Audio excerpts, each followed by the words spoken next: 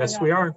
Okay, I'd like to call to order the regular meeting of the Temple City Unified School District Board of Education for Wednesday, October 28th, 2020. And first up, we'll do roll call. Member Smith, Yes, ma'am. Member Espinosa, Here. Member Lynn, Here. I am here, and Member Nolenberg. Is here, right here. Okay, so Maria, we don't have any public comment. No, we don't.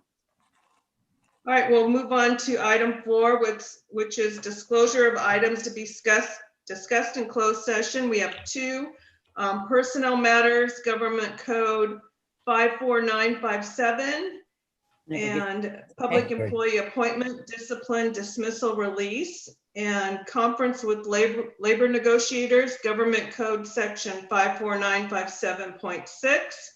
The designated representative is me, and the unrepresented employee is the superintendent. We'll move on to item 5, which is adjournment to closed session. Would someone like to make a motion? So moved. Motion by Member Smith, Second. second by Member Espinosa. Roll call. Member Espinosa, Yes. Member Lynn, Yes. I am a yes. Member Nolenberg, Yes. Member Smith. Yes. Okay, motion carries 5-0. We are adjourned to closed session at 6:02. And Kim, if you want to give us just a few minutes and then I'll text you. Okay. Sure. And hopefully there'll be a room for us coming up here soon.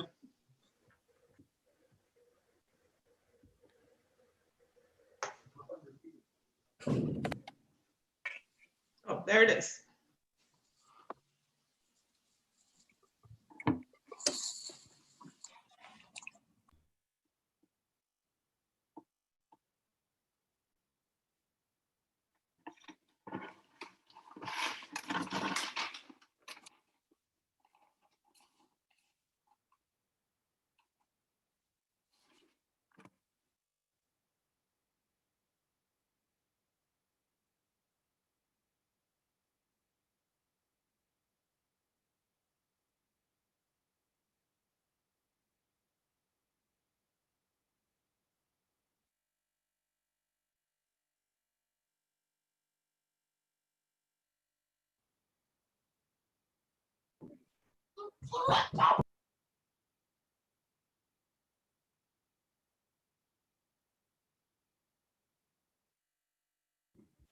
Hey, Andy, I don't know if you can hear me, but I think Ken needs to be moved into closed.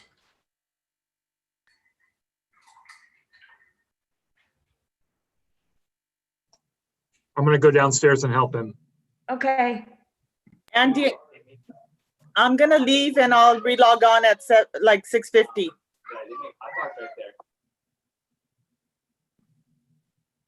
Andy, I think he's in.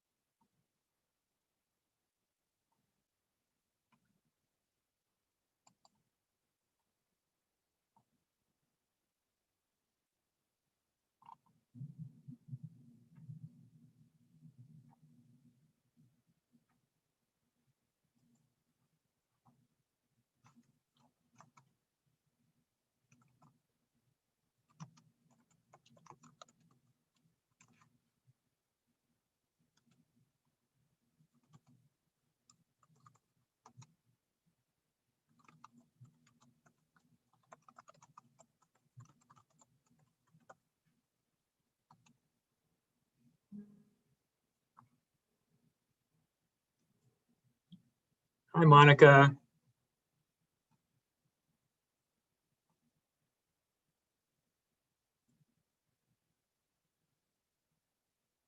Oh, I'm sorry, what was that?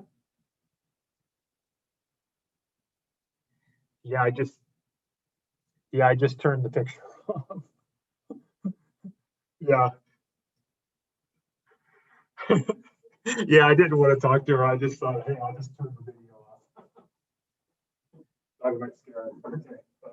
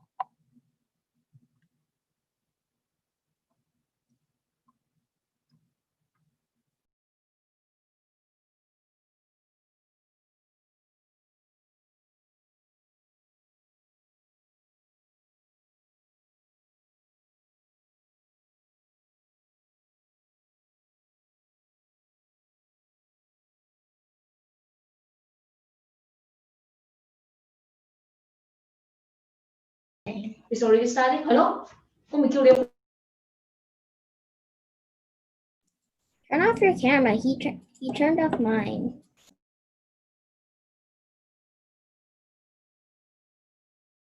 That's Riley.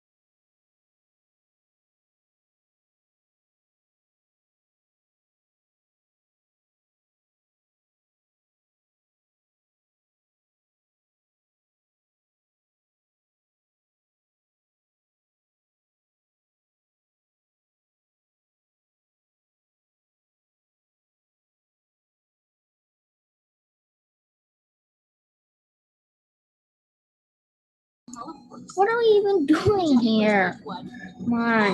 Why is it so quiet? Come on.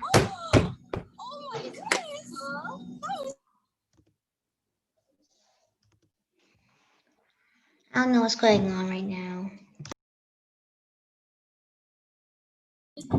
He stopped my video. Maybe it's because I was dancing.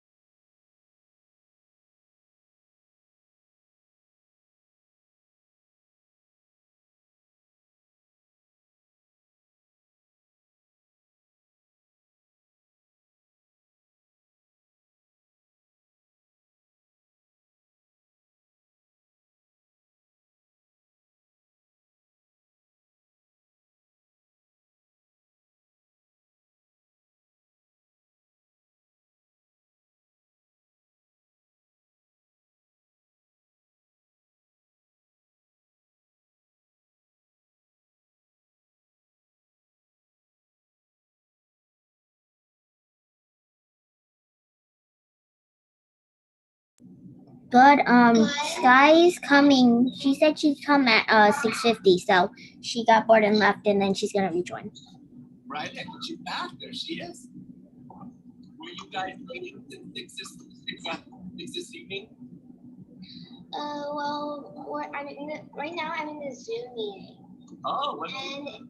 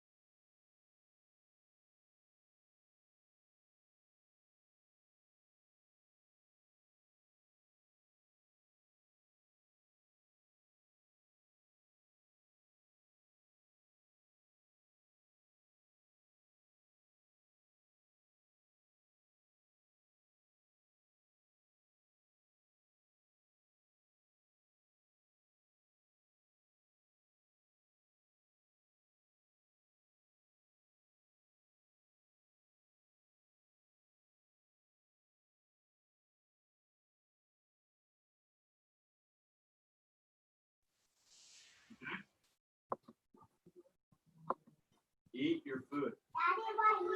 Oh. I'm telling you right now. I'm talking to your sister. I'm telling you right now. You're gonna eat all your food. That's too bad. That's too bad. Okay? Eat your food. No, you're eating it. I like you ate it yesterday and you liked it.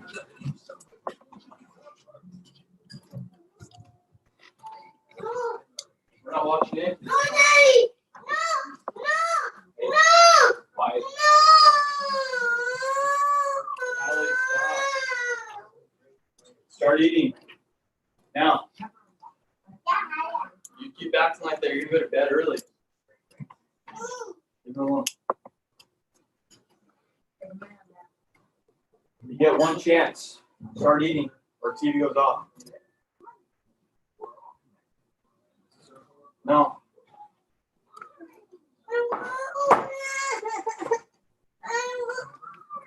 You have food that you're not eating. Okay? You have food you're not eating right now. Go eat that.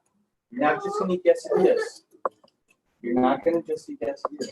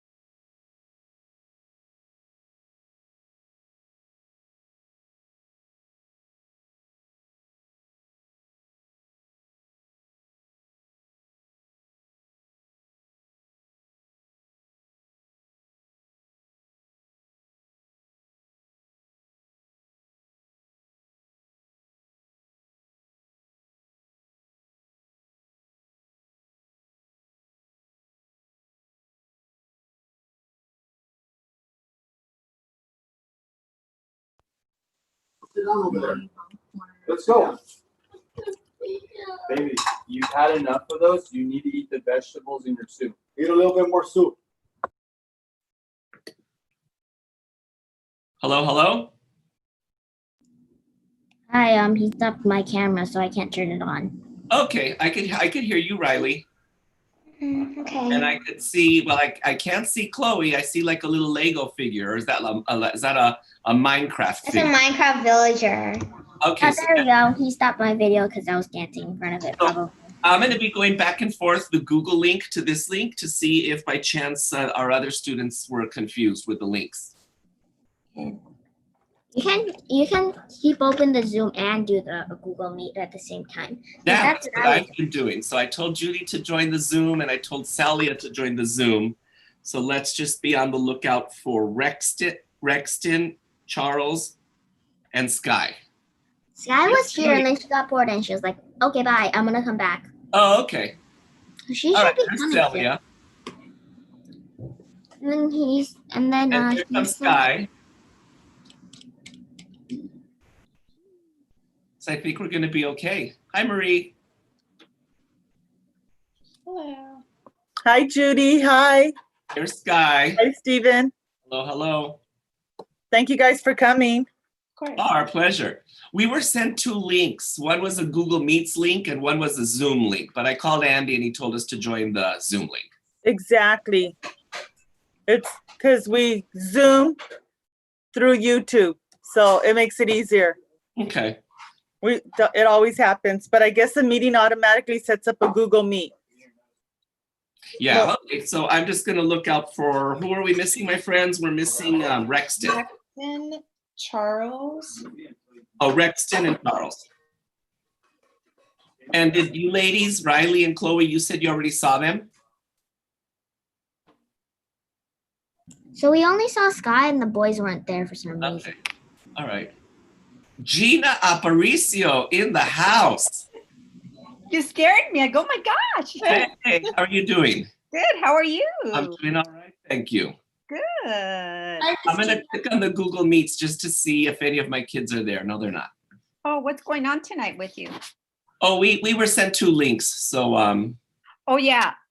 I don't know. I was told to get on the Zoom one. That's Yeah. Zoom. Yeah, on the Zoom one. yeah, so the Zoom's the right one. All right. Yeah. So is this your kids?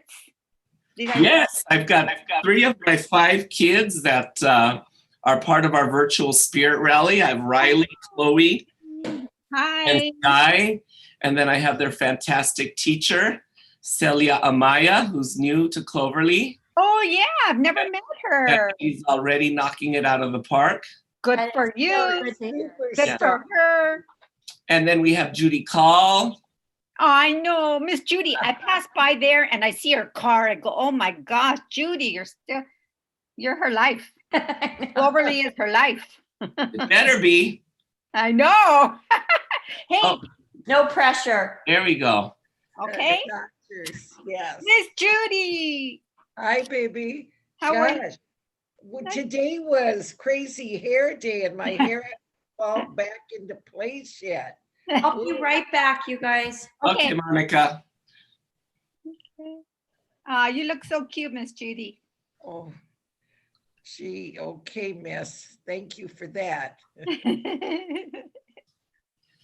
So how's Cloverly doing? Good. Busy, but good. I know. Me You too. should have seen Steven today. He was pretty scary. He got a neat, scary mask too. He was scaring all the kids. Aww. We had a goodie bag distribution for Halloween. Oh, parents came by and picked up? Uh-huh. Oh, how fun. The whole school? No. Almost, not all. Hey, I was gonna say, that's a lot. We did a couple today and a couple tomorrow. Oh, that's good. I know. That's the way you have Oh, look, and so there's different breakout rooms. Yeah, I think. but it says, please wait to be assigned. Oh, okay. Well, look at that, Gina. You got assigned to the party room. Yeah. Let me just jump over and see if by chance any of my students are in this one. No, they're not. Happy birthday, Chloe. Is it your birthday? Aw. No? It was my birthday like a week ago. I just still have it up because I don't All want right, very good. Oh, she's still It's your celebrating. birthday month. Yes, I love birthday months.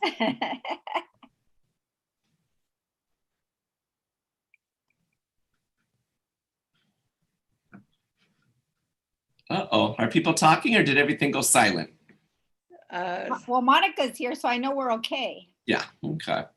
People are still talking. The only thing is the meeting's still being live streamed even if the board's not there. Oh, Because he can't stop the live stream in between close. So everything we say is recorded and live streamed and it's on record. That's why everybody kind of just keeps the microphone off until it Like reconvenes. as of right now? As of like 5 minutes ago. Marie, As of thank you 6 for o'clock, telling it's us. recording. Okay, well, I think we were all behaving. yes, we were Okay. only talking positive. That's right. So what did you get some nice presents, Chloe?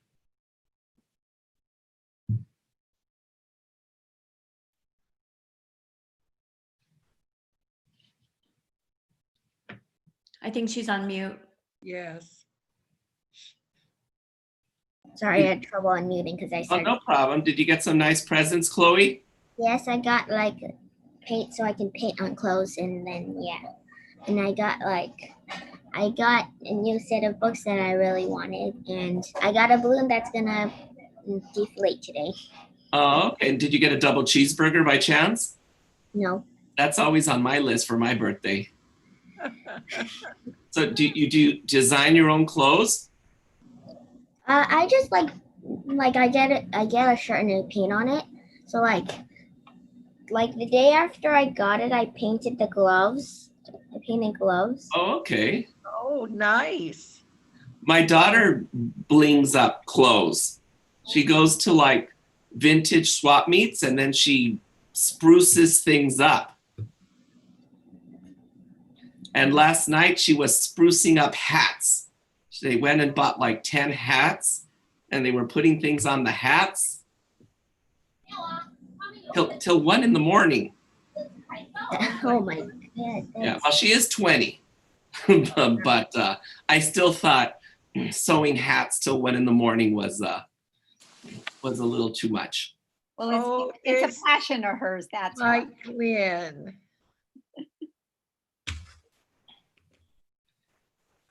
We still don't have the boys, Rexton and Charlie. Charles. Yeah, let's see. Is that Miss Judy? Yes, hi there. Hi, Miss Judy. So good to see you. So good to see all of you. Hannah. See you. I miss you. I know, I miss you guys. You're gonna love our spirit rally. I know. We So always spirit do. Miss Judy, just hearing your voice makes me so happy. It is I know, me so too. missed. Me too. I tell you, it brought me such joy to work with the kids and to work with Miss Amaya here, my new superstar. She is a rock star. Miss Amaya Yes. is awesome. She has a cape and she does magic. Oh, girl. She's bringing me along with her. I'm her assistant, okay? It's a lot of fun to work on it with. Yes. Well, you say that kindness is a superpower, Miss Judy, so I believe it. That's why I have to bring Judy everywhere where I go. It helps out. Stephen, we are going to steal Miss Judy because she needs to spread her joy around. Oh, she could spread her joy around, but her base station will still be Cloverly. We definitely need her. She Or is else. a huge asset. I will make a public threat. Oh, no. Okay, well, we'll borrow Miss Judy from Yes. time to time. Yes. Sharing is caring. That's true. Sometimes when Miss Judy emails me, I actually can play it as though she's saying it with her voice. And so it makes my day go by a little bit better. All right. Well, today, once you see the spirit rally, Judy makes an incognito appearance, so you'll have to figure out where's Judy in the in our video. Okay. Sounds like fun. It was a lot of fun. Marianne, do you have Ken with you? He just stepped away for a minute. He's coming right back. Okay, okay. I'm back. I'm back. Okay, all I'm right. back. I think we have everybody. So we'll go ahead and reconvene to open session at 7 o'clock. Would someone like to make a motion, please? So moved. Motion by member Smith. Second. I'll second it. And we'll do a roll call vote. Member Lynn? Yes. I'm a yes. Member Nolenberg? Can you hear me? Yes. Yes. Okay, member Smith? Yes. Member Espinosa? Yes. Okay, we're reconvened to open session at 7 o'clock by a 5-0 vote. Item 7 is an announcement. Tonight's meeting is being digitally recorded. And item 8 is the Pledge of Allegiance led by member Espinosa. Right, let's please stand. Come on, come on. Hand over your heart and ready, begin. I pledge allegiance To the to the flag flag of the United States of America and and to its republic for which it stands, one nation, under God, indivisible, with liberty and justice for all.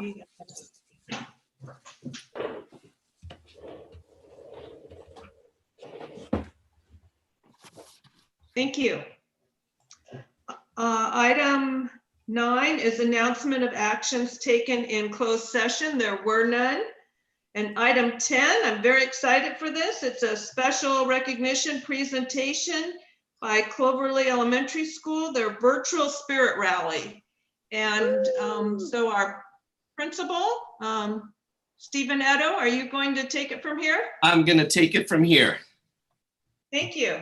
All right, well, thank you, board members and district administrators and parents and friends out there watching on YouTube. I'm Stephen Edo, the proud principal at Cloverly.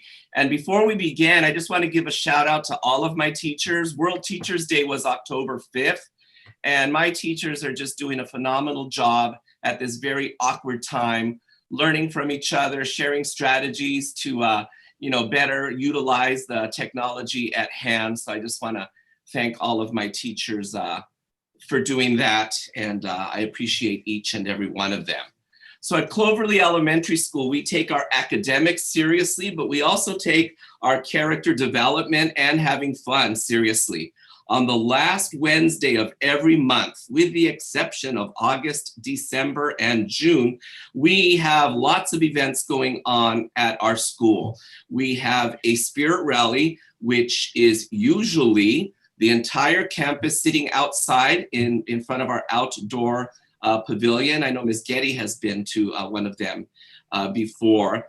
And students make skits under the direction of Judy Call that exemplify the character trait of the month. Mr. Wong and his student council make announcements in regards to things that are happening in the school and our Giving Back campaign. Mr. DePire and I work with the students as well. Mr. DePire is our school counselor. And the event lasts about half an hour. And then it's followed by lunch on the lawn, and there's always a spirit day. So today at Cloverly, being that this was our first virtual spirit rally, we had Crazy Hair Day, and we had Halloween goodie bags that are being distributed for the top 2 students in each classroom and for the staff members as well. So when we were looking at creating a virtual spirit rally, and we were wondering what that would look like, I've been blessed at Cloverly this year, even though I do miss my 4 teachers that took advantage of the early retirement bonus, but I have 4 whippersnappers is what I call them now at Cloverly. and they are young, energetic, motivated teachers. And tonight, I'm also showcasing Celia Amaya, who raised her hand. I didn't have to twist it. And she said, I'd love to help Judy call with the virtual spirit rally. So tonight, it's about a 7-minute virtual spirit rally, which all of our students saw today. But before we do that, I just wanted everyone to see our wonderful Judy Call, who does most of the orchestration of the event. And everybody loves Judy. She's just the kindest, sweetest person. And visiting Judy in Temple City is like visiting Disneyland in Anaheim. So let's just have Judy say hi in case you haven't had the privilege of meeting her yet. Oh my goodness. I'm so blessed, you know, just in seeing all of you just makes my heart jump with joy. It's so good that we're all going through this together. I feel like family, and I just know we're all going to come out on the other side stronger, better, more grateful. So thank you. Thank you, Judy. So then back to my whippersnapper, I am going to say a quick story. So when the 4 teachers retired, you know, from Cloverly, over the summer, we were going to go to Spain, and that didn't happen. The only vacation we had was 3 nights in Pismo Beach. Well, on those 3 nights, I spent 3 to 4 hours reviewing 150 applicants who applied for the 4 positions at Cloverly. And I took it very seriously, but I'm going to pat myself on the back and my team that was on that committee, because again, we hired 4 phenomenal teachers. Celia from the get-go has been helping teachers work out some of the kinks with getting to know Parent Square better and some of the apps that we're integrating into Canvas. She created a video that she shared with our teachers on how they could better get parents to sign up for parent conferences. And I'm just a big cheerleader of hers. It's okay for a principal to be a cheerleader. So I want Celia to introduce her students that are here with us tonight, and maybe she could just give the students a quick shout out, and then she will press the magic button to start the virtual spirit rally. Well, thank you for that introduction. We have 3 of the 5 students who participated in the Spirit Rally video. We have Riley Q here. We have Sky Zhao, there she is, and Chloe Wang. And the 2 boys who are not here, one of them is Rexton Wu, and the other is Charles Lee. So these students were chosen because they're strong role models for their peers. They respect each other, they show concern for their peers, they're risk takers as well. They try things that are outside of their comfort zone, and they communicate well. So they listen to each other and they work well as a team. So they were perfect candidates to help with this video that is about respect. So now, if it's okay, I will share the video with everybody. Okay.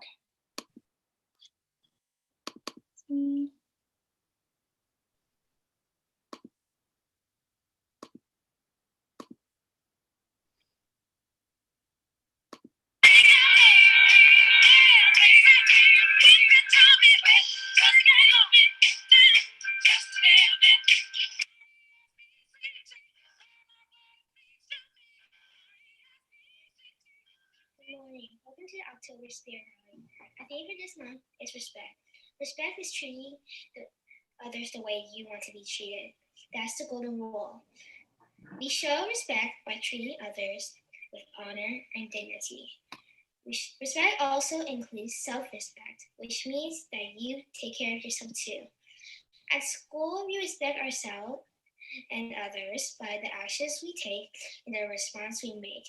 We take pride in ourselves, our appearance, and our work. Respect counts. Respect matters. Please listen to a little story about how respect is cool. Hi, my name is Lou, and I am new to Cloverleaf School. I always look out for myself and try and act cool. I was keeping up my front, my cool, but I was kind of nervous, you know. I'm new to this school. So tell me how this showing respect is so cool. I want to fit in. I want to have friends. I want to be cool because Cloverleaf is now my school. Hey Lou, no worries, Dr. 411 of how respect is cool. Listen up. Here are some things you can do to be cool and show respect to yourself, others, and your school. Be polite and considerate. Use good manners, not bad language. Be a good listener. I know it sounds easy, but really listening to someone is a way of showing respect. Lou, listen up. We have more things to say about ways respect is cool. Hey Lou, it's cool to say thank you when people help you. Showing gratitude for their assistance and their support is a nice way of giving respect for what they do. Compliment the achievements of others. Be sincere when you do this. It's a nice way of giving respect. Respect counts. Your words should count too. Do what you say you'll do. It's cool when people can count on you. Hey Lou, I know this is a lot we're throwing at you, but as we said before, respect is cool. Being helpful to others, being kind, respecting the abilities of others. These are things people do, and I want to tell you, Lou, people will look up at you, and you would have friends too. To finish this up, respect means practicing tolerance of others, being considerate of the feelings of others, their opinion and property, their stuff. It means not threatening, hitting, or hurting anyone, dealing peacefully with anger, insults, and disagreements. It's a good feeling to have people look up to you because you treat them with respect and care. That includes self-respect, which means that you take care of yourself too. You take pride in yourself, in your appearance, and the work that you do too. So Lou, you see how cool respect can be, and giving respect is something we can all do for ourselves, others, and this school. That by the actions we take, the responses we make, following the golden rule. Lou, this is cool, and we're here to help you. Wow, that's a lot to take in, but it's cool. I like this stuff about the golden rule. I'm treating people the way I want to be treated, too. That's cool. So I am in for this, guys. I am with you, and I am grateful for all this help, too. I really respect all of you. Hey, Lou, you're cool. Thank you.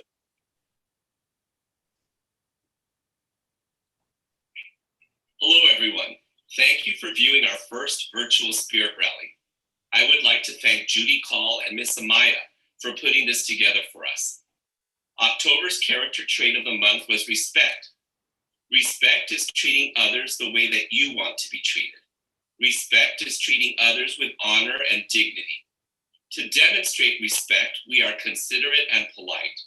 We honor the feelings, opinions, and property of others. We value others. We respect differences. We use good manners. We do not tease, bully, or harass others. Respect also includes self-respect, which means that you take care of yourself too. At school, we respect ourselves and others by the actions we take and the responses we make. We take pride in ourselves, our appearance, and our work. I want to congratulate the following students for being selected by their homeroom teacher for being a superstar by modeling the trait of respect for your class each and every day. From 4th grade, room 1, Kylie Chung. Room 2, Katie Tan. Room 4, Jocelyn Wong.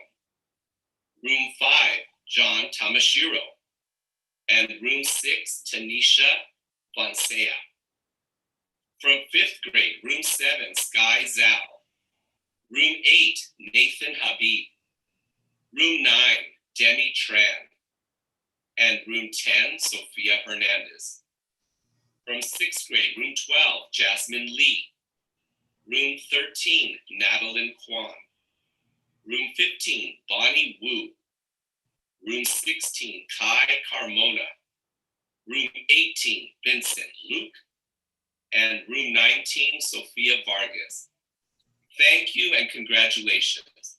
Please always remember that respect counts and respect matters. Before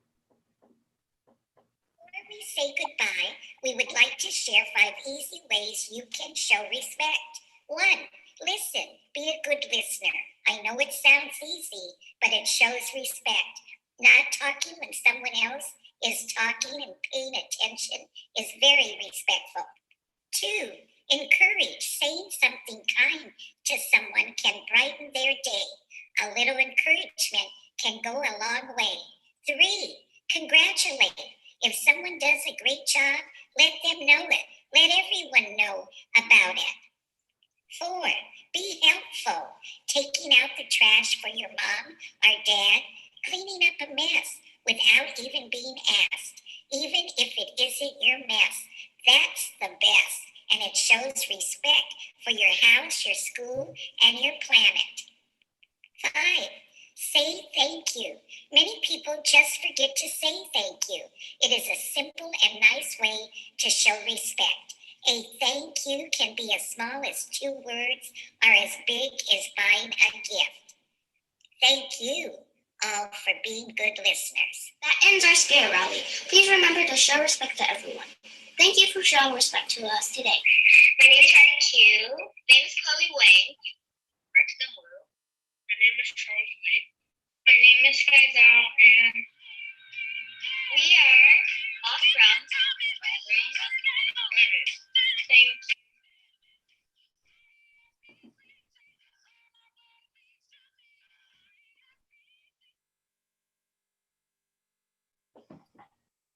All right, so that was our very first virtual spirit rally. Again, a big thank you to Judy Call and Celia for putting it together, and then for my awesome students there as well. Students, I wish I could see you on campus every day, but for now we just have to Zoom like this.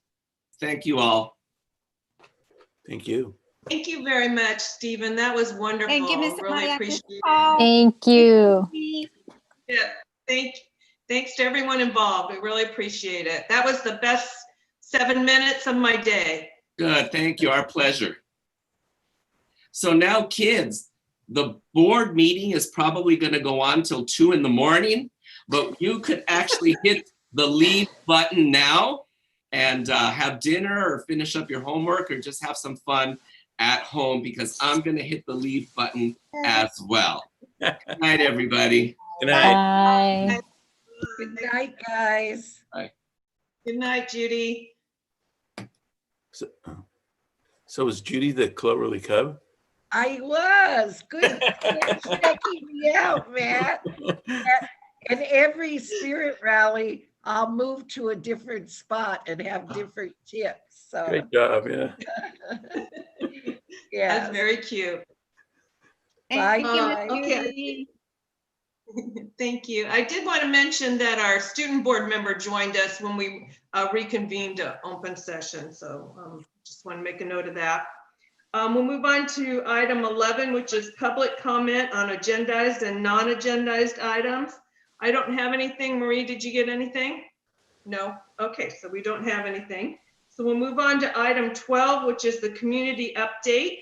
And I actually have quite a few things, but they're really exciting things. The first thing is I want to congratulate the staff at Temple City High School Rampage. They participated in the Cal State University Northridge Journalism Day. There were 49 schools, and we had several students who placed in the competition. Matthew Kwan, Michelle Lim, Damon Liu, Bernice Loy, Tuan Nguyen, Noah Shifter, Irene Wong, Janice Wong, Thomas Wong, and Evelyn Zong. And I researched and I found the LA Times had a slideshow where they announced all the winners for the competitions. And as I watched the slideshow, it was Temple City High School, Temple City High School, Temple City High School.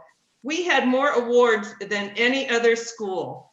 So congratulations to those students and to the entire staff of Rampage for doing such a great job. And if any of you are interested in reading Rampage, they have a newsletter. You can go to their website and just click on the newsletter and subscribe, and you can get their information that they publish. Next, I want to congratulate the Science Olympiad Club at Temple City High School. As you all know, COVID, there's been a lot of negatives, but one of the positives is that this year the competition was virtual. So that allowed our Science Olympiad team to be able to participate in a national competition. Now, normally they don't get to do that because the national competitions only take one school from each region. And there's a school in our region, which I believe is Southern California, that has been the national champion 7 out of the last 10 years. So we don't normally get to go to that, but we did this year. And it's called the Berso Science Olympiad National Competition. Temple City High School placed 16th out of 203 teams. So that means we are in the top 8% in the nation for Science Olympiad. These students participated in 23 events. And this is a club. This isn't something that has an official advisor or someone who works with them. This is student-led. They do have some people, I'm sure, that help them out and volunteer, but this is a student-led club. With COVID, it's been very difficult for them to raise funds, but they have some great opportunities this year to participate in more competitions. So I wrote them a check and sent it over to the high school. And I want to encourage everyone who can hear me to get out their checkbook and write a check and help support this club, because these are awesome students and they're doing great things representing Temple City High School. All you need to do is make the check out to TCHS-ASB, and in the memo line, put Science Olympiad Club, and that way these kids can go to more competitions this year. And while you have your checkbook out, this Friday and Saturday is the Fall Festival. It's a virtual Fall Festival this year. Unfortunately, it's normally at Temple City Park, it's live, but they're doing it virtually. I'm sure it's going to be excellent. You can watch it on the Temple City High School Performing Arts Boosters Facebook page anytime on Friday or Saturday. It's suitable for 7th through 12th grade students and adults. And again, this is normally a big fundraiser for this group, and they're not having the same opportunities this year because they can't have their brisket sandwiches and their silent auction and all these other things to raise money. So feel free, after you watch the show, to either send a check over to the high school for them, or you can also do it online at templecitybritterside.org. The Temple City Parks and Recreation Department is having a Halloween event this Saturday night from 6 to 9 at Live Oak Park. It's a drive-through event. It's going to start on Bogue near the community center, and then you drive down to Danes and go through the parking lot there. I understand they have 10,000 bags of candy. So kids, get in the car Saturday night and go on over to Live Oak Park. It's going to be lots of fun. And I believe the Kiwanis Club has donated bikes too that they're going to be raffling off. So it's going to be a really fun night. This week is Red Ribbon Week, as you can tell by Member Espinosa's background. And all of our schools have been participating in that. So thank you for that. Also, we're in the middle of the PTA Reflections Contest. All of our schools are participating in the Reflections Contest, and there's a lot of different categories. If you're interested, contact your school. The deadline is November 1st, which is Sunday, so you don't want to miss out on that. I wanted to remind everybody that Cloverly and Temple City High School are in-person voting sites, and the voting will begin this Friday.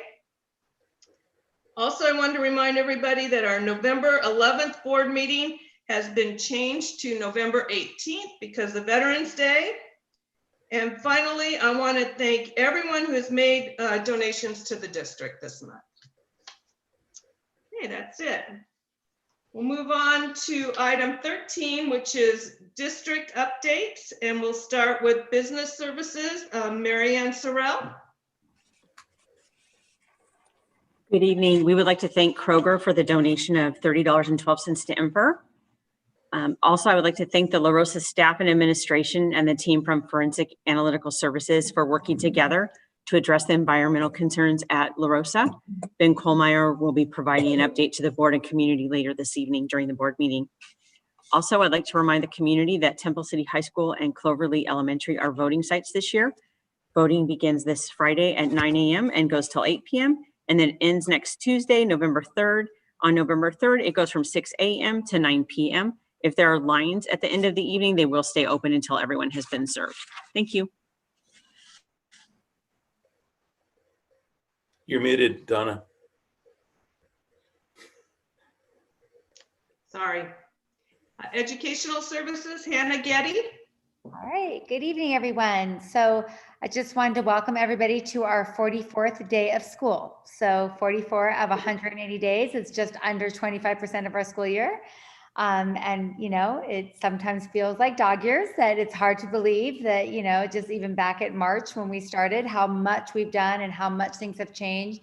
And just in our presentation from Cloverleaf tonight, we can see how, I don't want to just call them resilient because I think that's an unfair word. I think our kids are just amazing. They're just strong and they know how to adapt and adjust. And we can't wait to bring them back full swing and get back to a normal period of education.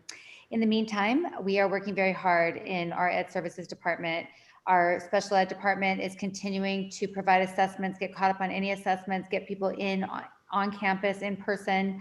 I know all of our special ed teachers, our related services, our school psychs, all of them are working very hard on IEPs. Our administrators have done a good job to make sure they're present in all of these IEPs, and we're servicing all of our students that need the special needs that we need to address and make sure that we're supporting them. Additionally, Dr. Katarayan has worked very hard and diligently on putting together the comprehensive coordinated early intervening services plan report that requires all of us to contribute and give data as to where we are with how we serve all of our students.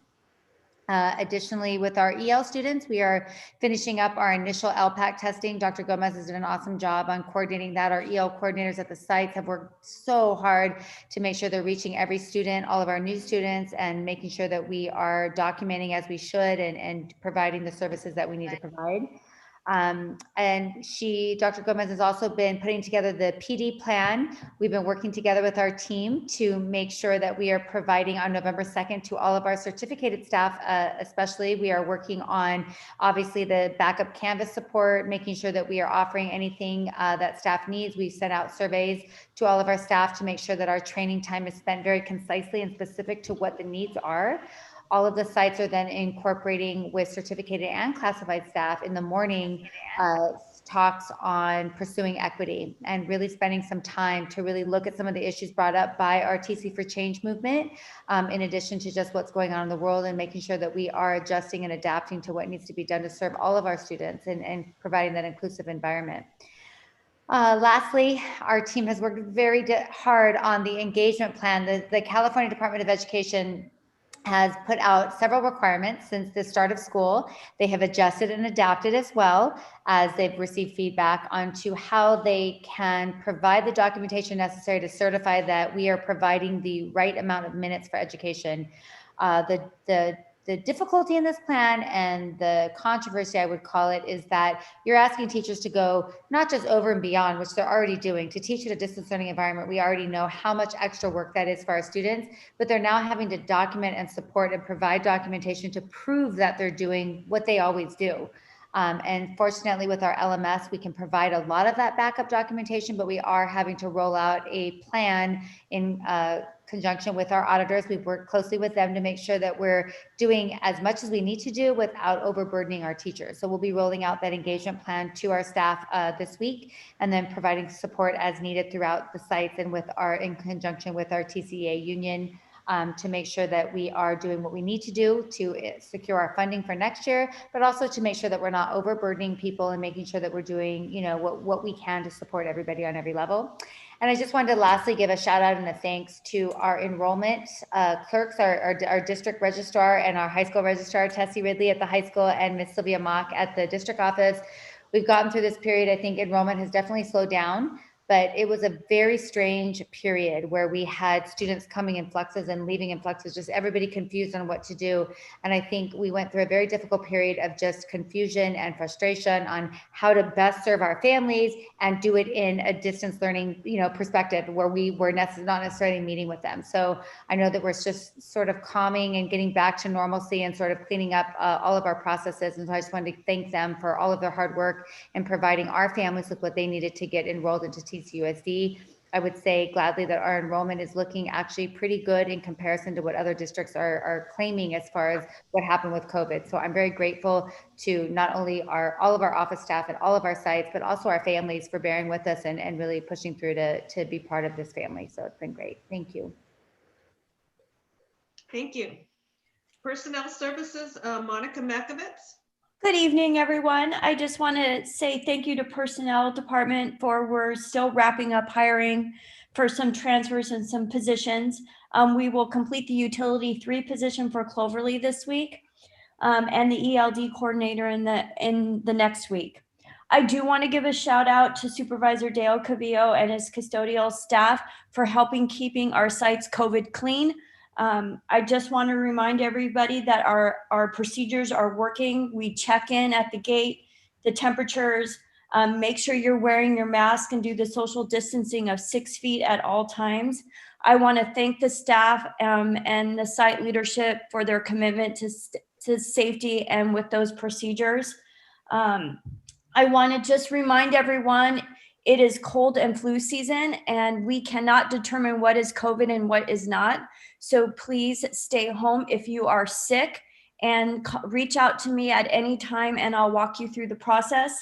You can end home isolation after meeting 3 criteria: at least 10 days with no symptoms, 24 hours with no fever reducing medication, and you need a clearance from personnel to return to work. So please just work with me. Everyone has my cell phone number so we can walk you through that.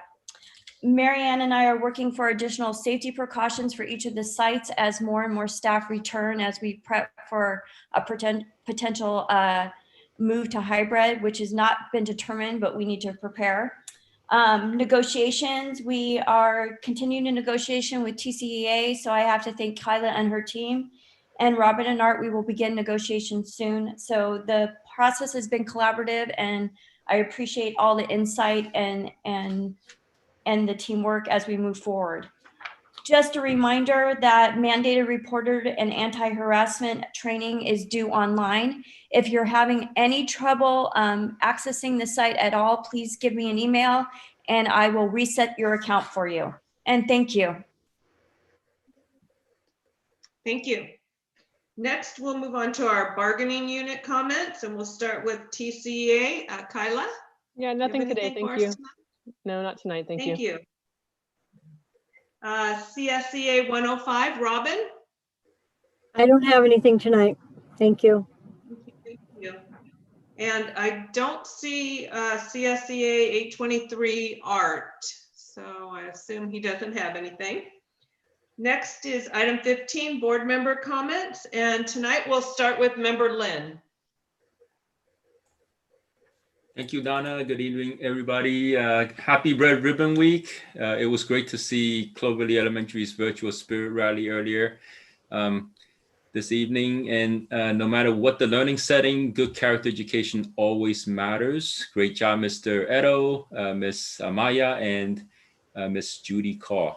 Kindness is contagious because kindness is happiness. And to borrow a quote from Judy Carr, it makes my heart jump with joy. I'm going to use that. To see and hear you, Miss Judy Carr. And finally, I would like to repeat a quick public service announcement made earlier to all registered voters out there who haven't already voted. Vote. Your vote counts. Thank you. Thank you. Next is member Smith. Hi, okay. So I had a chance to attend the first master plan committee kickoff meeting on Friday. Talked about things we want to put together, and we'll be coming back and making a presentation to the board in the December timeframe. Also had a chance to attend LACSTA, LA County School Trustees Association meeting on Monday. We had a presentation from Dr. Dorado, kind of updating us on what's going on with the pandemic and whatnot, as well as an election for positions on the school district organization committee. That is a whole nother story.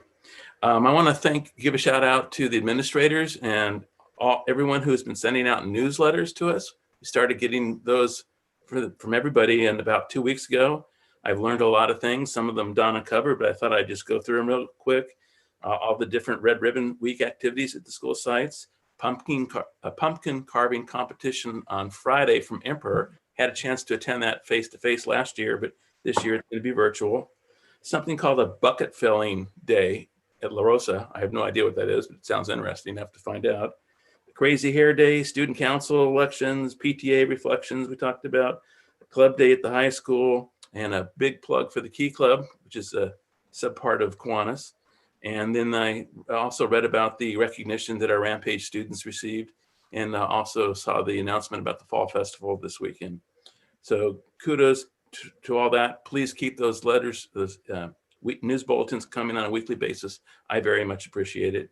And then one other thing I wanted to cover.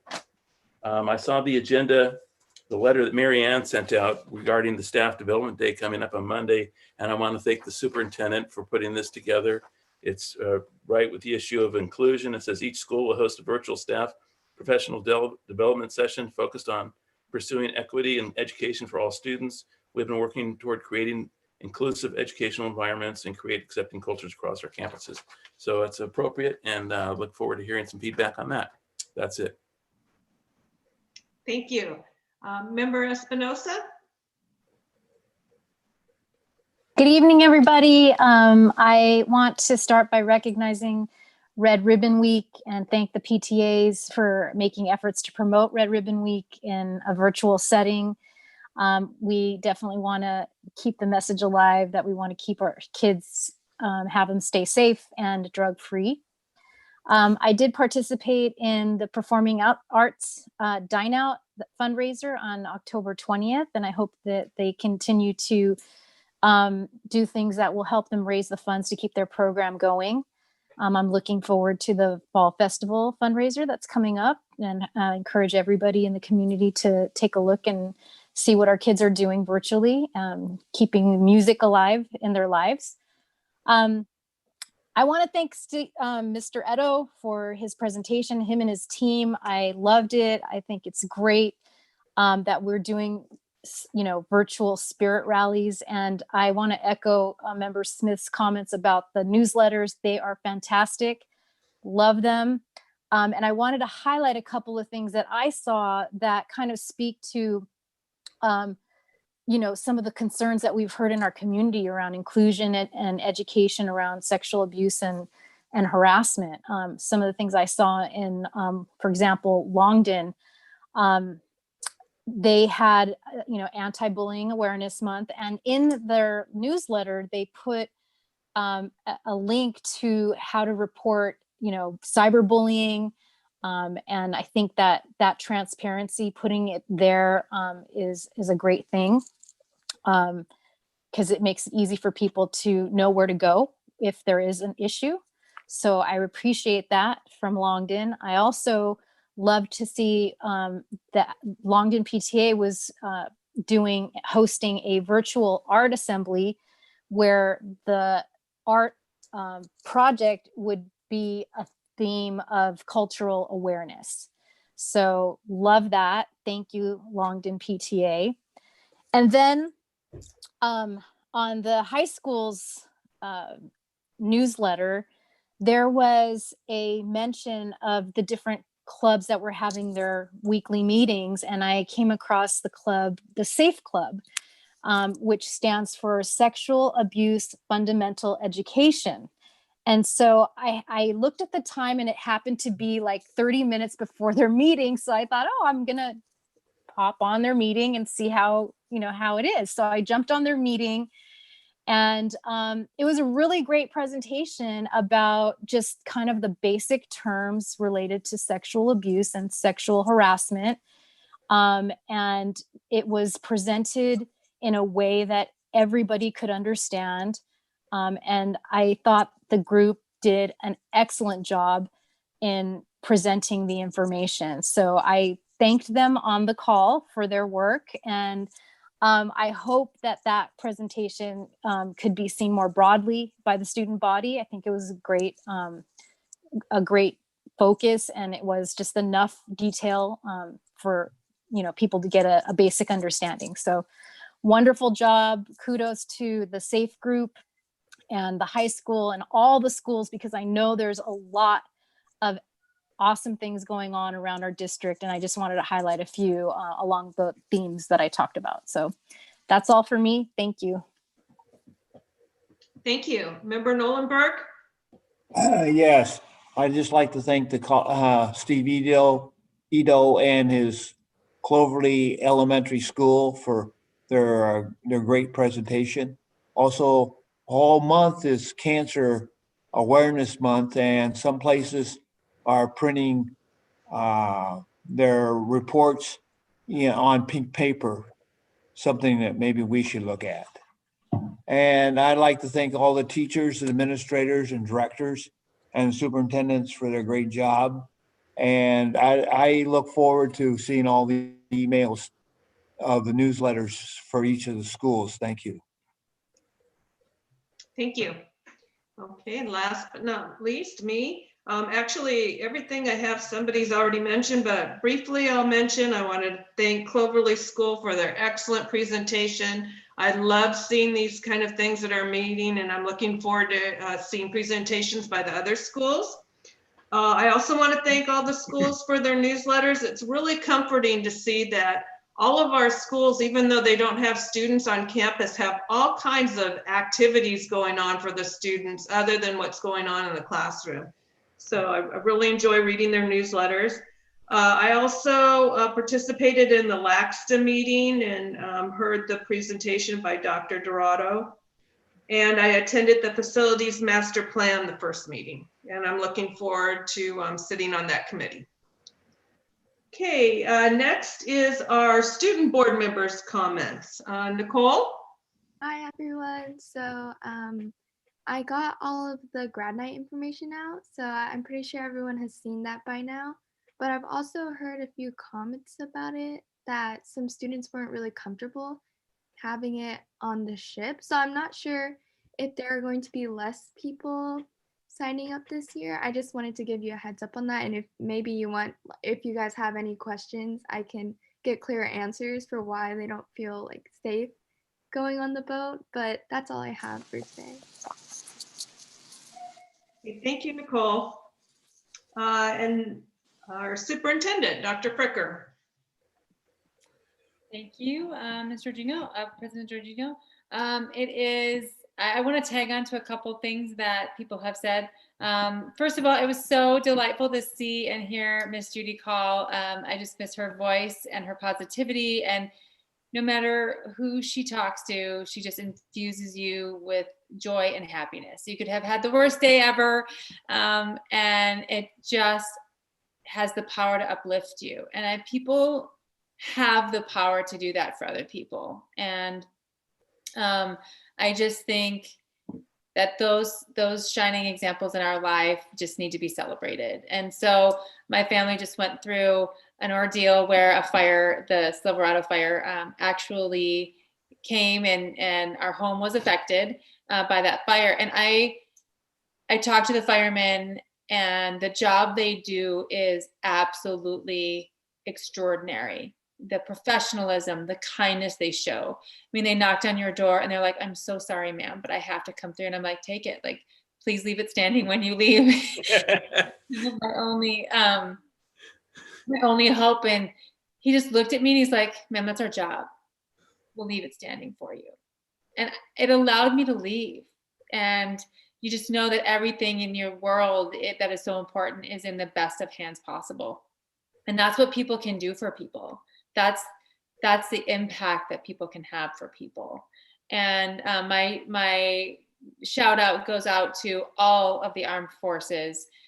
individuals, the police and the fire who work, in tandem to just keep us all safe and protected. And they are there when you need them. And, it's a debt of gratitude that I know many of us, even in the San Gabriel Valley, fighting the fires up there, and then in Northern California, and then all the way down to San Diego.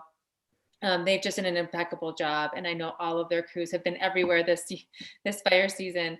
It was funny that I come from Michigan, and I've left the 4 seasons, and one of my friends said, but we have fire season, it's like the 5th season, and I'm like, that's not a good season. So anyway, minimal impact here on my home, so very, very good. Everything is repairable, and I'm glad to have the 4 walls still standing. So thank you to all the firemen. If you see a fireman, just please thank them for me, because the debt of gratitude is huge. On to the November PD Day. I'm excited about this day. I think both the Board of Education members, President Georgino and Member Espinosa, have been working with myself and my team with TC for Change, and just looking at the culture, the climate that is in and throughout our district, and understanding that it's not a condemnation of where we've been or what has happened, but where we're going and how we're going to make a positive impact moving forward, and getting to the place where we work together and really talk about the things that we need to talk about the impact that people may be aware or not aware of, but really what impact that has on other people and their lives and their feelings and their day-to-day happiness, and then what we can do to make those subtle changes or create awareness or create education in some cases, or correction, to make sure that we are giving everybody the most positive culture and environment to live and thrive in. So we are excited for that. We do have the November PD Day. It is dedicated to, I'm just going to read here, social justice, implicit bias, and then pursuing equity. And I just want to thank Hannah Getty for kind of championing that on the student services side and making sure that these important topics are talked about, but they're talked about in a way where we have progress and we have forward momentum in a positive way, where people can understand and move in the direction where we can have a very inclusive acceptance across our district. So accepting one another is probably the greatest gift that we can give each other.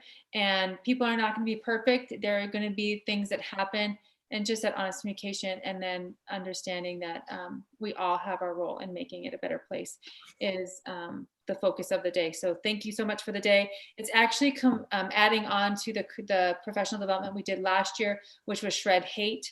And that just focused on the impact, some of the negative impacts of words or actions that people have been subject to, and what lingering effects that leaves on those lives. And so how do we come together and make that positive change? So I'm looking forward to that. And then I just want to thank Hannah for counting up the days. So normally you people count down things, but we're not quite at that part of the year. So we're coming up, and I want to commend all of the teachers, administrators, the classified staff, everybody at all of those sites for pulling a tremendous amount of weight in the educational field just to convert to online distance education. Distance is not easy. Education was not meant to be totally in a distant format, because you lose that social aspect of learning. You lose that day-to-day, that human side of learning. And that is so important. And now that it's kind of been removed from that spectrum to a good degree, we as educators and administrators really see the impact of that, not only for our students, but also for our staff and the way that they communicate information and teach our children. And there's a missing, that people are missing each other. They're missing that social grounded aspect of learning. So we're hopeful to bring that back. I'm going to talk a little bit later on about just our plans moving forward to try to reopen and bring some of that back in the future. So with that, that's the end of my comments.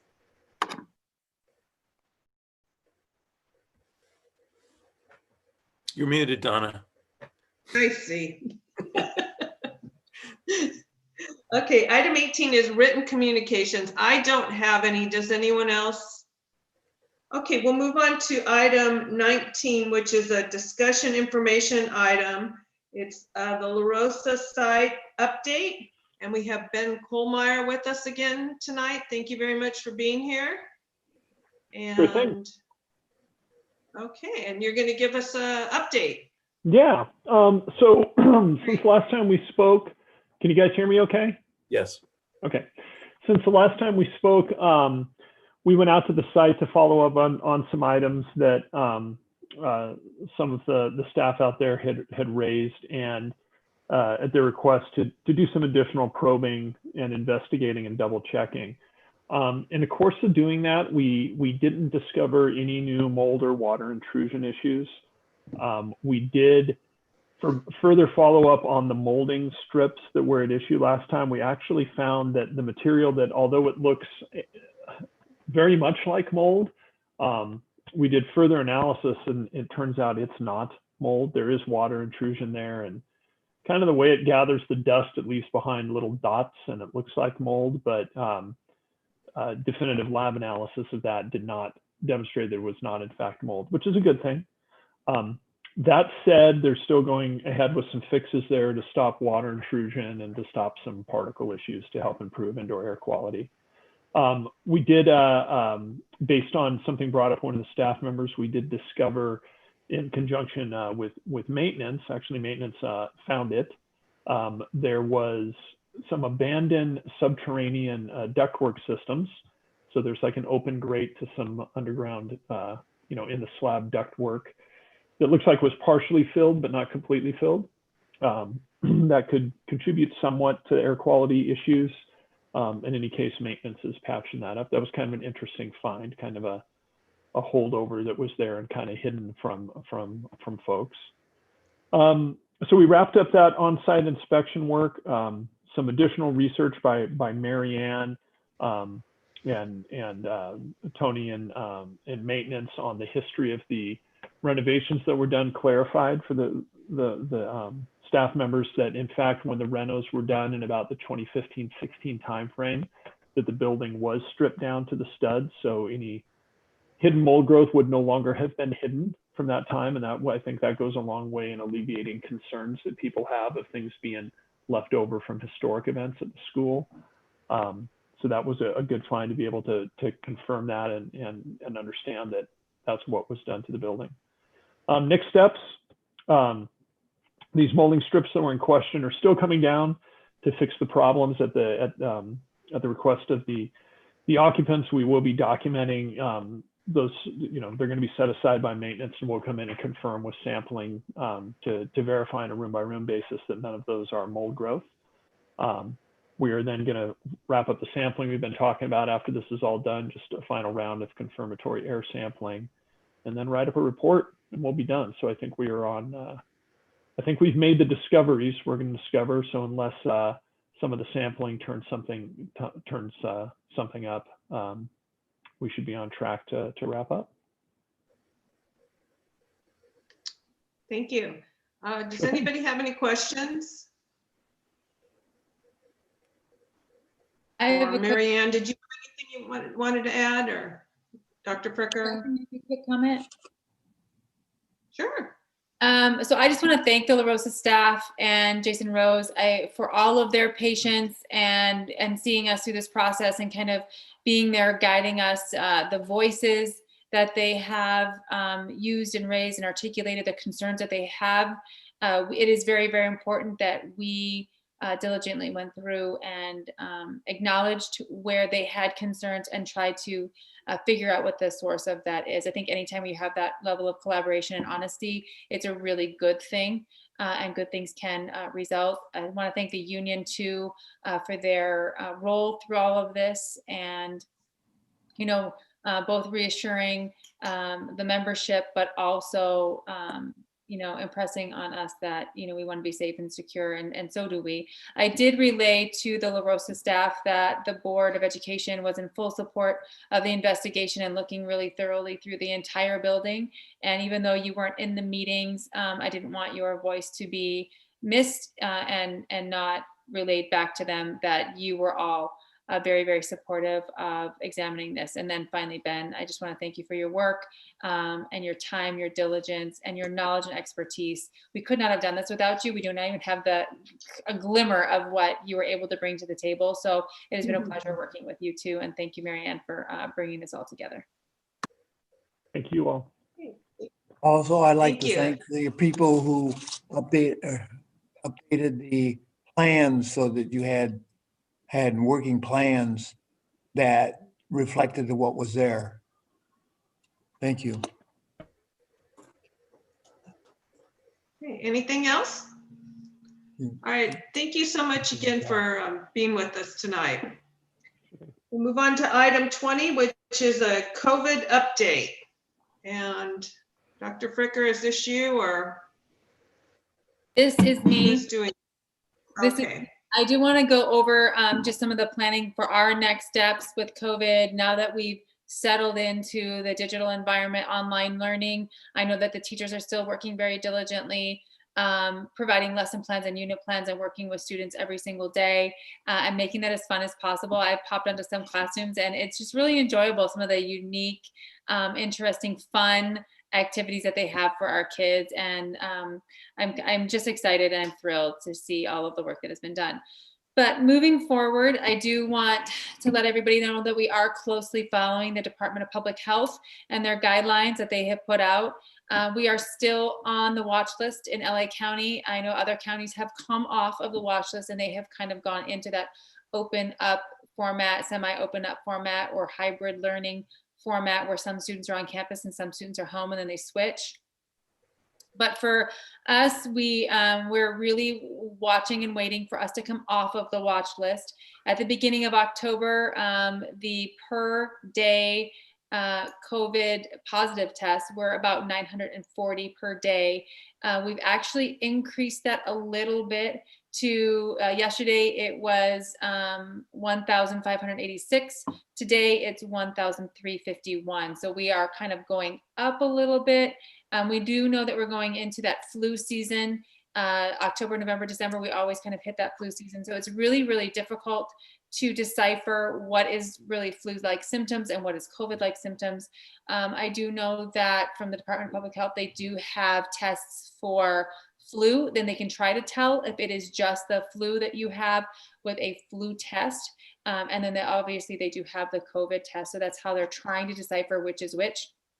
I don't know how well that's working or not, but I do know that they are trying to have accurate reported results. But we are slightly up, and then we're waiting to see when LA County comes off of the watch list. That is yet to be seen.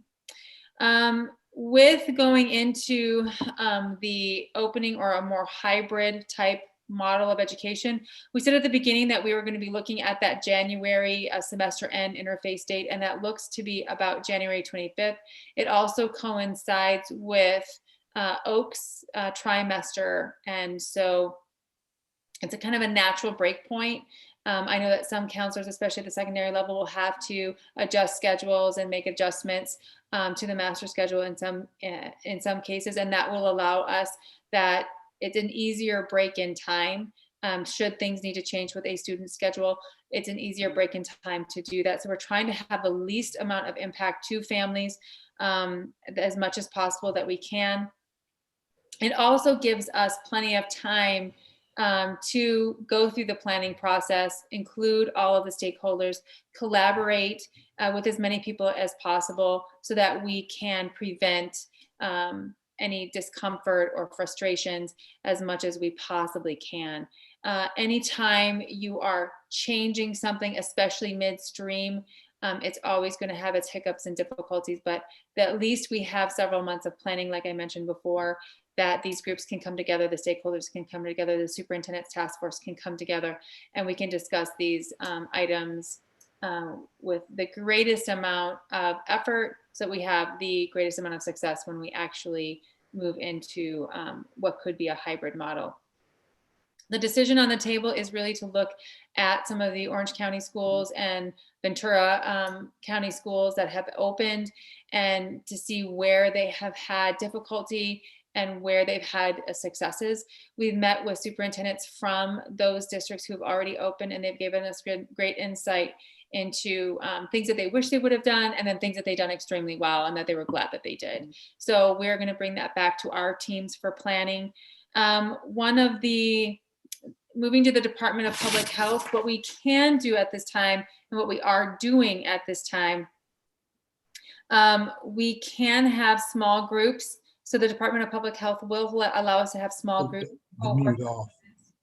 come to campus if they need strategic interventions and or assessments and supported services. So right now we do have our special education, some of our special education staff doing one-to-one special education assessments for students. We want to make sure that we meet those compliance timelines and that we are servicing students to the greatest ability. So we are having those assessments in person. We are also having EL assessments in person, as you know, and then we're having specialized services conducted in person at this time. We are not going into or opening up into the small cohorted groups at this time. We have not moved into that. We are permitted to do that, but we have not done that currently. I just want to make that clear for everybody in case there's any rumor out there that we are. And there's a lot of reasons for that. We do want to work with our union leaders to make sure that if we do have small groups of students with a staff member, that we are all aware, we have the proper equipment, and we have the proper safety conditions to do that. So we're not doing that at this time, but it could be something that we discuss in the near future, especially when we look at one of the large initiatives from the state and from LACO and the CDE is learning loss and addressing learning loss for students. If students have had a residual effect from either the online in the spring, the closure of the school in the online in spring, and or learning loss that may have occurred over the summer or even going into the fall with the digital environment. So we want to make sure that one, we're having an assessment tool to track that and to chart that. And then two, we do want to have an intervention plan to address students who are exhibiting learning loss. The tool that we're using is an iReady software, and it does track English language arts or ELA and math.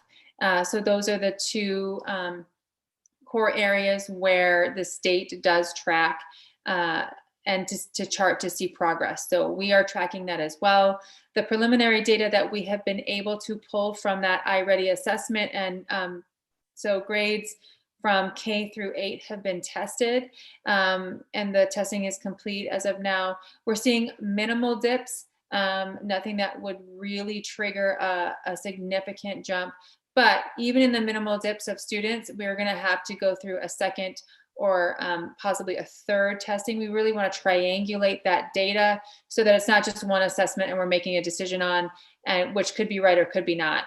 Could be wrong. We want to make sure that we triangulate and have multiple data points so that we can determine where that learning loss is for students, and if it does exist, and then how do we address it? How do we catch those kids back up or address the loss of learning that they have. So that's next on our plan. A lot of that falls on student services and curriculum instruction. So they will be working on that to develop that plan moving forward, especially as we go through the year. It's really going to be imperative that we start intervening now, and we continue that intervention through the year so that they don't have long-term repercussion from any learning loss that the students have exhibited. But right now, preliminarily, the data looks really good, better than we anticipated. Again, there's minimal dips, and we want to look further into those dips so that we can address them. But I do appreciate the work that is going to be done on student services and curriculum instruction. The Department of Public Health does allow school districts to put in waivers, and you can apply for a waiver, and that's to open up so that students can come back to campuses. The waivers are being offered in the lower elementary, TK through 2, and right now the waivers are centrally located on schools or school districts who have large numbers of limited income students or students with free reduced lunch. again, you're really looking over that 55% threshold. You're looking at those schools who qualify to get those waivers. They are approving waivers per week. And so schools can apply. We don't necessarily fall into that threshold. So we would be much farther down on the list before we would be applying for a waiver. So Temple City has not applied for a waiver at this time. We indicated to LACO that, at this time, we're not interested. That's something that we would have to really work with our union leadership on in terms of a time when we could or should apply for a waiver, but that's not something that we are doing at this time. So I just want to clear that up. I know that was a question for some people, if we're going to apply for waivers, if our lower elementary are going to come back or they're not. And at this time, we are not. We don't really qualify with the criteria that the waiver really is geared to serve. So the other information from areas that we need to look into. So in order to make the decision of what that hybrid model will be moving forward, there is options in them. Like I said, we're going to try to learn from the surrounding counties who have already tried to go back or open up their schools and what worked and what didn't. There is a sense that you may want to phase it in, maybe looking at some of those small cohorted groups of students who have difficult learning, who have limited access, who are struggling, who maybe not attending. There's a lot of students who may be struggling during this time to adapt to a distance model. Some students adapt to it like fish and water and love it and won't want to leave it. So we really want to start by looking at the communication strategies that we're going to deploy. With regard to student services, surveys are going to go out to our staff and students and parents to determine what preferences are. We did surveys in the spring. We are going to again do additional surveys now and determine which amount of students are actually going to want to stay in the distance model. And we're going to have families who would like to do that. And then which families who are really, really struggling and they need an in-person type schedule. Once we get that data, it's going to really help us determine what type of hybrid or what type of in-person learning strategy we would want to bring back at the end of January. So that's going to be important. Student Services is going to send those out in the coming weeks in November. We also wanted to continue to send letters home to our families and our staff just to keep them updated on some of the changes that are going on. Families are used to that. Staff is used to receiving those letters and they're very explicit. They have very explicit directions in them. So we try to limit it, I know, to one page so that just the pertinent information is in there. We don't want people to stop reading those letters. So we don't want to get them too lengthy and fill it with information they don't need. So the information that does come in those letter format is the information that they actually do need and do need to know. And we want to be respectful of that in their time so that they are used to getting that information that way. There will be additional information that comes out in newsletters, either from the superintendent and or the principals at school sites. So that will continue to happen and different information.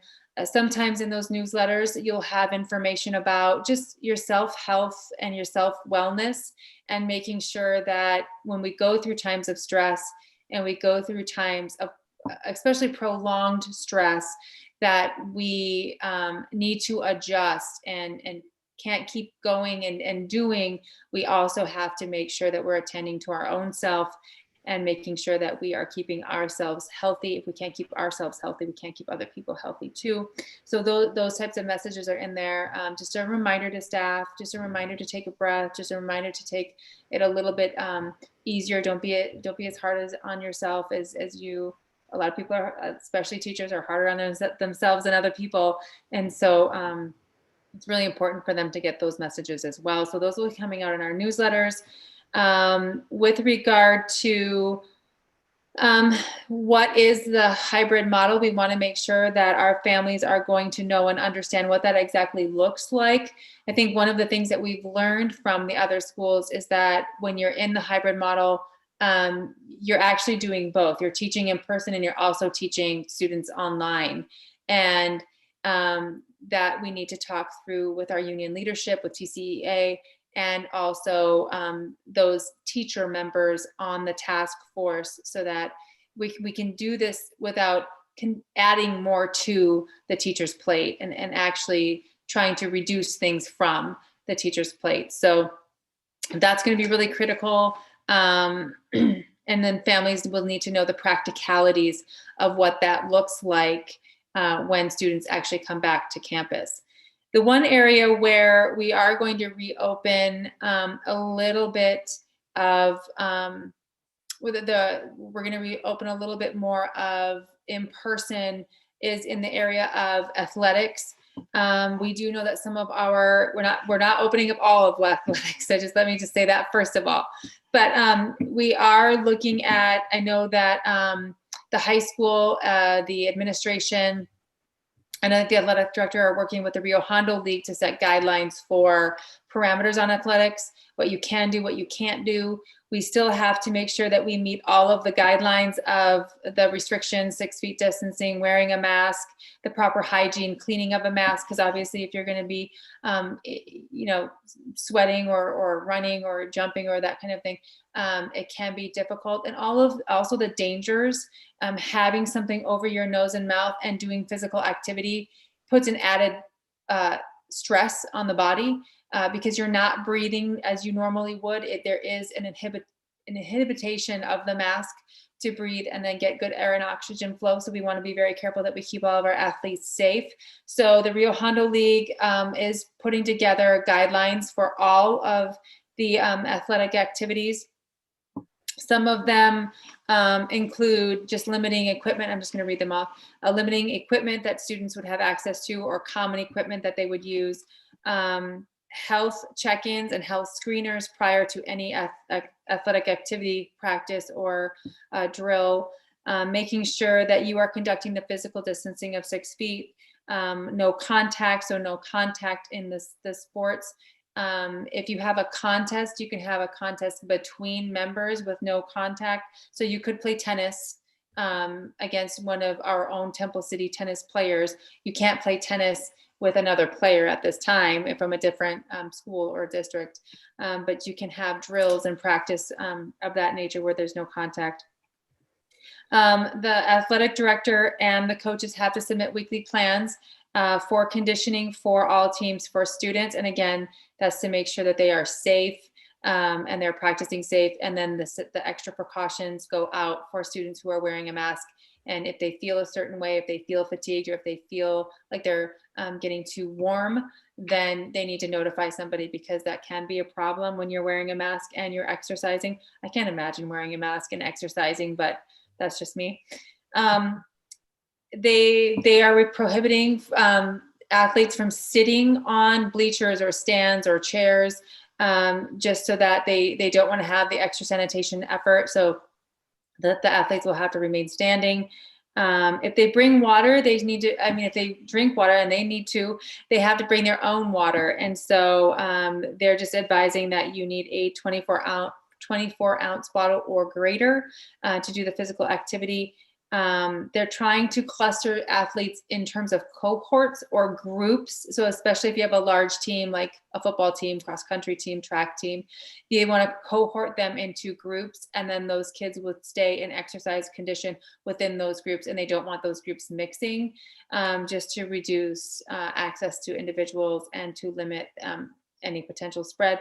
It also makes the contact tracing much easier if you're only with a specific group. It doesn't affect, say, the whole football team. It just may affect, these 10 players that they would have to address should something happen or one of them get ill or sick. They don't want any use of locker rooms. Athletes must come prepared and dressed.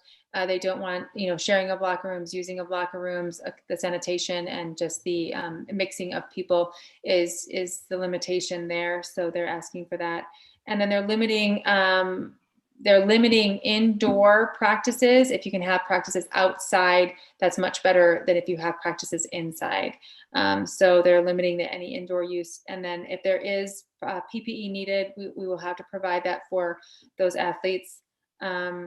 And that kind of goes through the majority of the guidelines. I know that these guidelines are in their final stages. It is said or slated that Temple City would want to begin opening up to more of a practice ability for our teams to prepare should they be able to go back to contest or play. And they don't want to be far behind either. And I understand that. So we are going to try to open up in November, November 2nd, I think, or after is the date when we will have enough time to work with our staff, understand what these guidelines are, and then how to put them in for our teams. So that's an update there. And then more information will be coming out to those teams and the parents and the students on those teams as those finalize, and then as the high school and Mr. Chin, the athletic director, and he works with the coaches and makes sure that all these things are done and in play before, you know, kids come into practice together. So that's just the update on that. This also does have an effect on the performing arts, and it just reminds me, because when Melissa said earlier tonight, keeping music alive, that is also very important. Just like we want to keep athletics alive, because athletics is a very big part of keeping a human healthy, that physical activity is good for you. But music is as well. So we don't want to forget our music folks. We don't have a league for our performing arts. So what we're going to do in addition to that is we're going to really look at the guidelines set forth in the Rio Hondo League and how they embody the Department of Public Health guidelines. And then we are going to set a meeting. I talked with Hannah Getty earlier, who's in charge of student services, about putting together a meeting with some of our key teachers and administrators at the high school and at Oak to come together and put our own guidelines for the performing arts. We know that that is a huge part of our district, and we don't want to forget about those folks. But we don't have all of the ins and outs of what they need and what they are wanting to do and how we are going to apply these guidelines to whatever it is that they're needing to prepare for. With vocal music, it's very different than with instrumental music in terms of the precautions. The vocal music, just because of the projection of the voice, you also have an increased projection of any potential droplets that would be on the air. So we want to make sure that all of our guidelines are put in place and we're talked through with the correct people and then agreed upon, and then that would move forward. So in the next week or two, I know we're going to be trying to schedule that meeting, whether we have it virtually or you know, however else we can come together and get that information. We're hoping to apply the guidelines that we are putting forward for athletics and kind of moving that over and applying it to the performing arts as well. So that will be coming. And then the other thing with regard to the use of our campuses and facility use, I know that in speaking with the Department of Public Health, our schools are technically closed to outside use. And so when we look at bringing our students back in that hybrid or that next phased model on January 25th, we also will revisit the facility use, which we have closed at this time, and we will look at reopening those guidelines and that process as well. I do know that we were trying to schedule a special board meeting in November to talk about facility use and to talk about goals and priorities with the board. So I do think that that will be discussed at that time. So I don't want to rush ahead of that, but we have that discussion, we make those decisions, and then we open the facility as we deem necessary. We just didn't have the, you know, all of those components to move that forward ahead of the January opening that we've already tentatively planned. Once we decide on that, then we will communicate out. I know that I've worked with Ms. Marianne Sorrell to work on communication in a letter that will go out explaining that to all of the groups that did use our facilities prior, and then we would update that information on the website when that becomes available, and we make that determination on when those facilities will be back open to the public. I do know that the superintendents are trying to do as much as possible to be similar. So if one school district is trying to open up their facility use, then we have those discussions as to why or why not, and why it would be a good idea, or maybe it would be a better idea if we waited.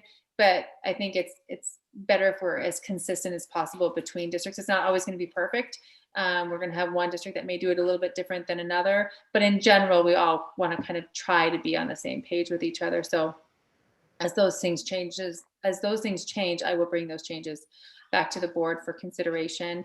But right now, that's kind of our tentative timeline for facility use. We'll have that meeting in November, and then if that changes the January timeline, we can change it at that time.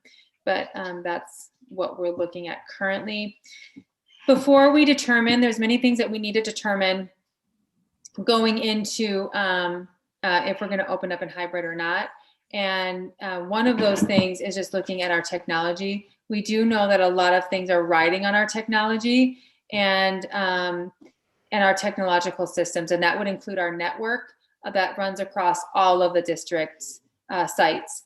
And so we have consulted with our tech team to determine if our network can support that one-to-one effort that we are now in. So it's one thing when we have a certain number of devices that we use during the day, and can the network support it or not.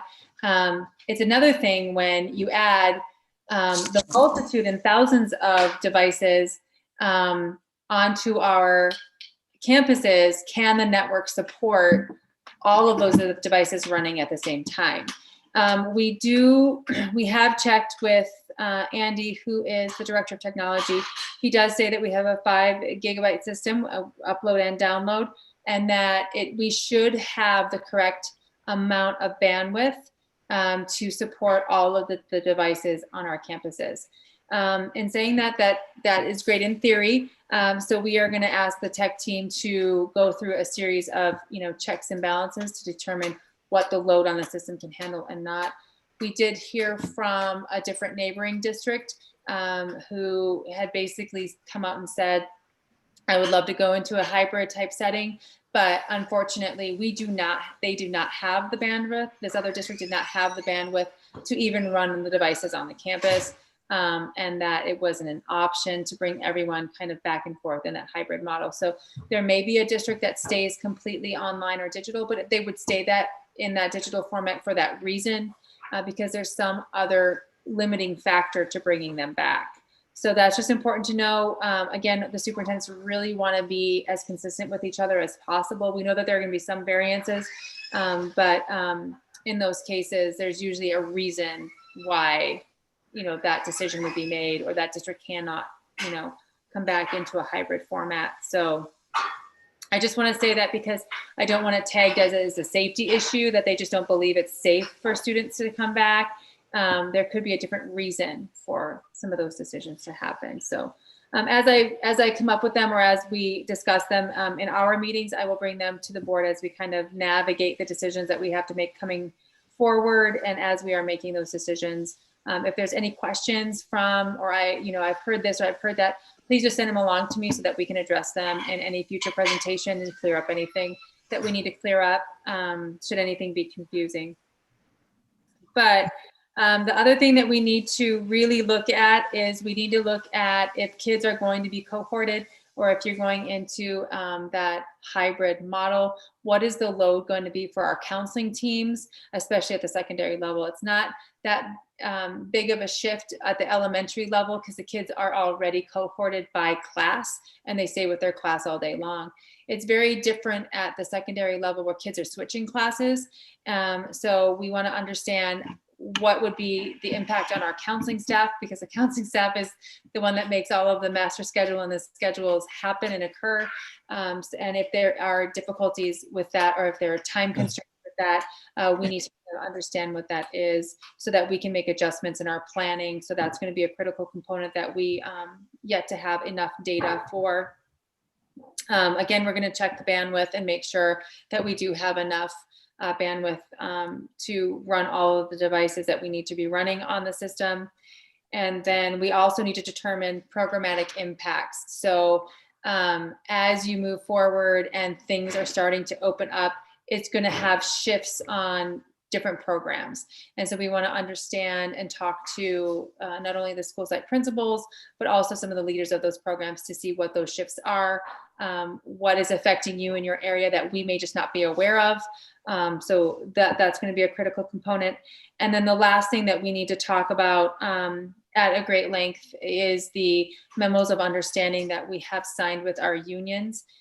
So once we go through this planning process and we kind of get the gist of what we think we're going to do, we still have that process of working with the union leadership, which we have great relationships with, and all from the spring through the closure to the reopening in a digital format in the fall. We've really worked well with the union leadership on navigating just how your job has shifted and changed, adapting to the changes that are set forth by, managing this global crisis. So it does shift and change. It just makes you think differently about the impact that those changes have on each employee in their specific role. But those MOUs will need to be, those meetings will need to be solidified as we go into January. We're hoping to do most of that work and planning work prior to and through the holiday break. And then when we come back in January, we're hoping to have a pretty tentative plan of what it's going to look like, and then solidify that in the MOUs so that the working conditions are kept and met and not exceeded in those documents. But those will also be shared with the board. And it will also, there's a new ruling where we're having to wait until their regional folks can weigh in on the MOUs that are signed between union leadership and district leadership, just so that everybody is aware of what we're signing and why, and if there are changes in language, or if there are something that's overlooked, it can be addressed ahead of time. So we will go through all of those processes in order to work really diligently with our union leadership. So that kind of gives you a nutshell of the work that we're going to be doing in November and December. It's going to be like a fast and furious. It's going to be the summer repeat pretty much all over. But I do think the systems are already in place. And so we'll just reactivate some of those and then get to work on much of those projects. But we have very good relationships from the summertime. It was smooth. The work was difficult, but it was smooth in terms of working with the folks involved. I do anticipate that that's going to be the same going into the next couple months. But that's our tentative plan. I did want to give you an update just on athletics and some of the testing, special ed, EL that we're doing, to make sure that everyone's aware of who's being in person and how that's kind of expanding a little bit. And then, like I said before, we will be setting up that meeting with the performing arts folks. We have a couple new ones in the mix, so we want to get their take and input on that. I don't want to make a decision that is going to impact somebody that I don't have the knowledge they do to make those decisions. So fully appreciative of admitting that, but we will schedule that as soon as possible, because I know that they're probably chomping at the bit as well to see what they can do with their programs. And that's really critically important to them, especially as we still have an elementary program that for music, and we don't want to lose that. So that will be scheduled. And as soon as Hannah can get that out, she will work with those teams, and I will be in that meeting as well. So that kind of gives you an update across the board. If I miss anything and there's any questions, please, don't hesitate to ask. I may not know all the answers, but in time, I'll get you the answers. I did have a couple questions and just a comment. One, and this might be like a weird question, but I was looking at the CDC website today, and I noticed that they have a list of schools that have been found to have violated the safe orders. And so I'm just curious to know if there's been discussions about, not only internal checks and balances to ensure that we're following the guidelines, but are there like random county checks that come in and they check to make sure that guidelines are being followed? Because it just seemed like such a huge list, and it didn't seem like they were they were identifying themselves with violations. So I'm just curious. I have not known like county checks that or balances, like we haven't had an inspection, or we haven't had an audit, or we haven't had some of those types of things. I do know that we work very close with our auditors and call them, especially if we have questions on, is this going to work? Is this not going to work? What do you think about this? Or can we satisfy this requirement, this this way.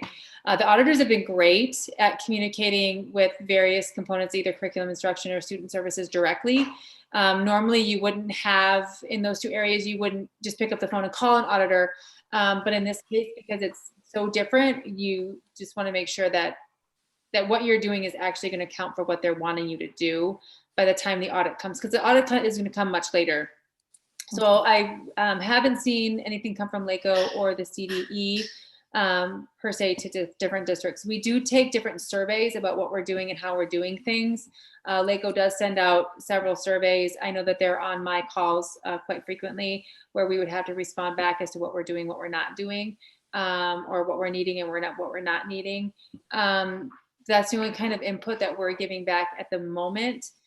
If you are doing like waivers, or if you are doing any like in person, I know that there were guidelines and criteria for doing those types of things. And you had to just submit, what your plan was for that. But I don't know how those are going to, how those findings of not following the guidelines or not being safe are being reported. And Right. I was curious. That are reported. So. Okay. And then my other question is around the learning loss information that you shared. I was, happy to see that so far the learning loss is minimal based on, the tests in iReady. Curious just to know, are other districts using iReady or a similar tool to kind of measure? Because I'm just trying to figure out, how reliable is iReady as a tool to measure, learning loss. If you feel like it's a reliable tool used by others, or what your thoughts are on it. I think yes, other districts are using iReady as an assessment tool. There are other products that do a similar job of iReady. There's multiple in the industry. It just depends on which one your district selected. We do have a history with iReady, so that's the product that we did use. I think what's really consistent is that it's going to measure a student, and you never want to take one measurement from a student. So even if students have taken your iReady assessments in years past, you're taking the same type of assessment, so you're being assessed similarly, which is going to give you some substantial data in knowing where you're progressing.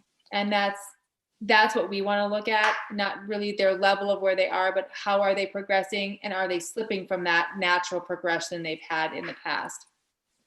The other thing is iReady is intuitive, so it actually will alter to students' responses. So if students are struggling, they'll give you more questions aimed to really ferreting out where you're having a difficulty with that ELA or math item.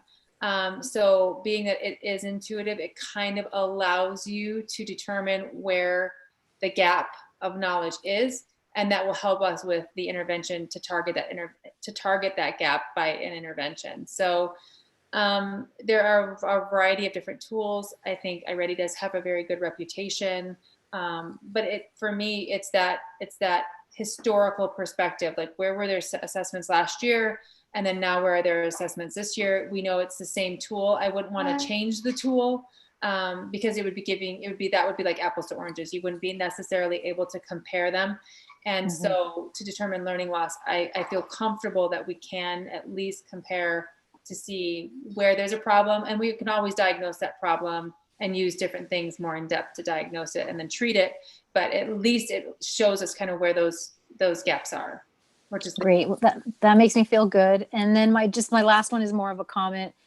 And despite there being so far minimal learning loss, we still have that whole social emotional growth loss that you really can't measure very well. And so, yeah, I just worry about that. And I know we're looking at that. And so I'm glad we have some focus there too. Yeah, I think that we are nervous about that too. And it's kind of a sad point, because it is some of the best parts of education, when you can be with your friends, you can share that experience, it's a different,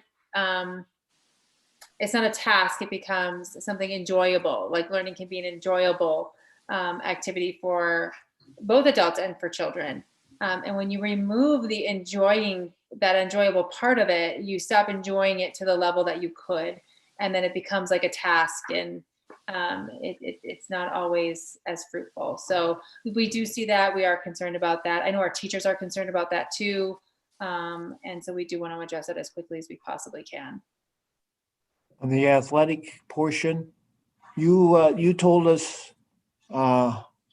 what the criteria was for the athletic people, but you didn't tell us what the people who want to be present at the performance, I guess, or athletic environment was.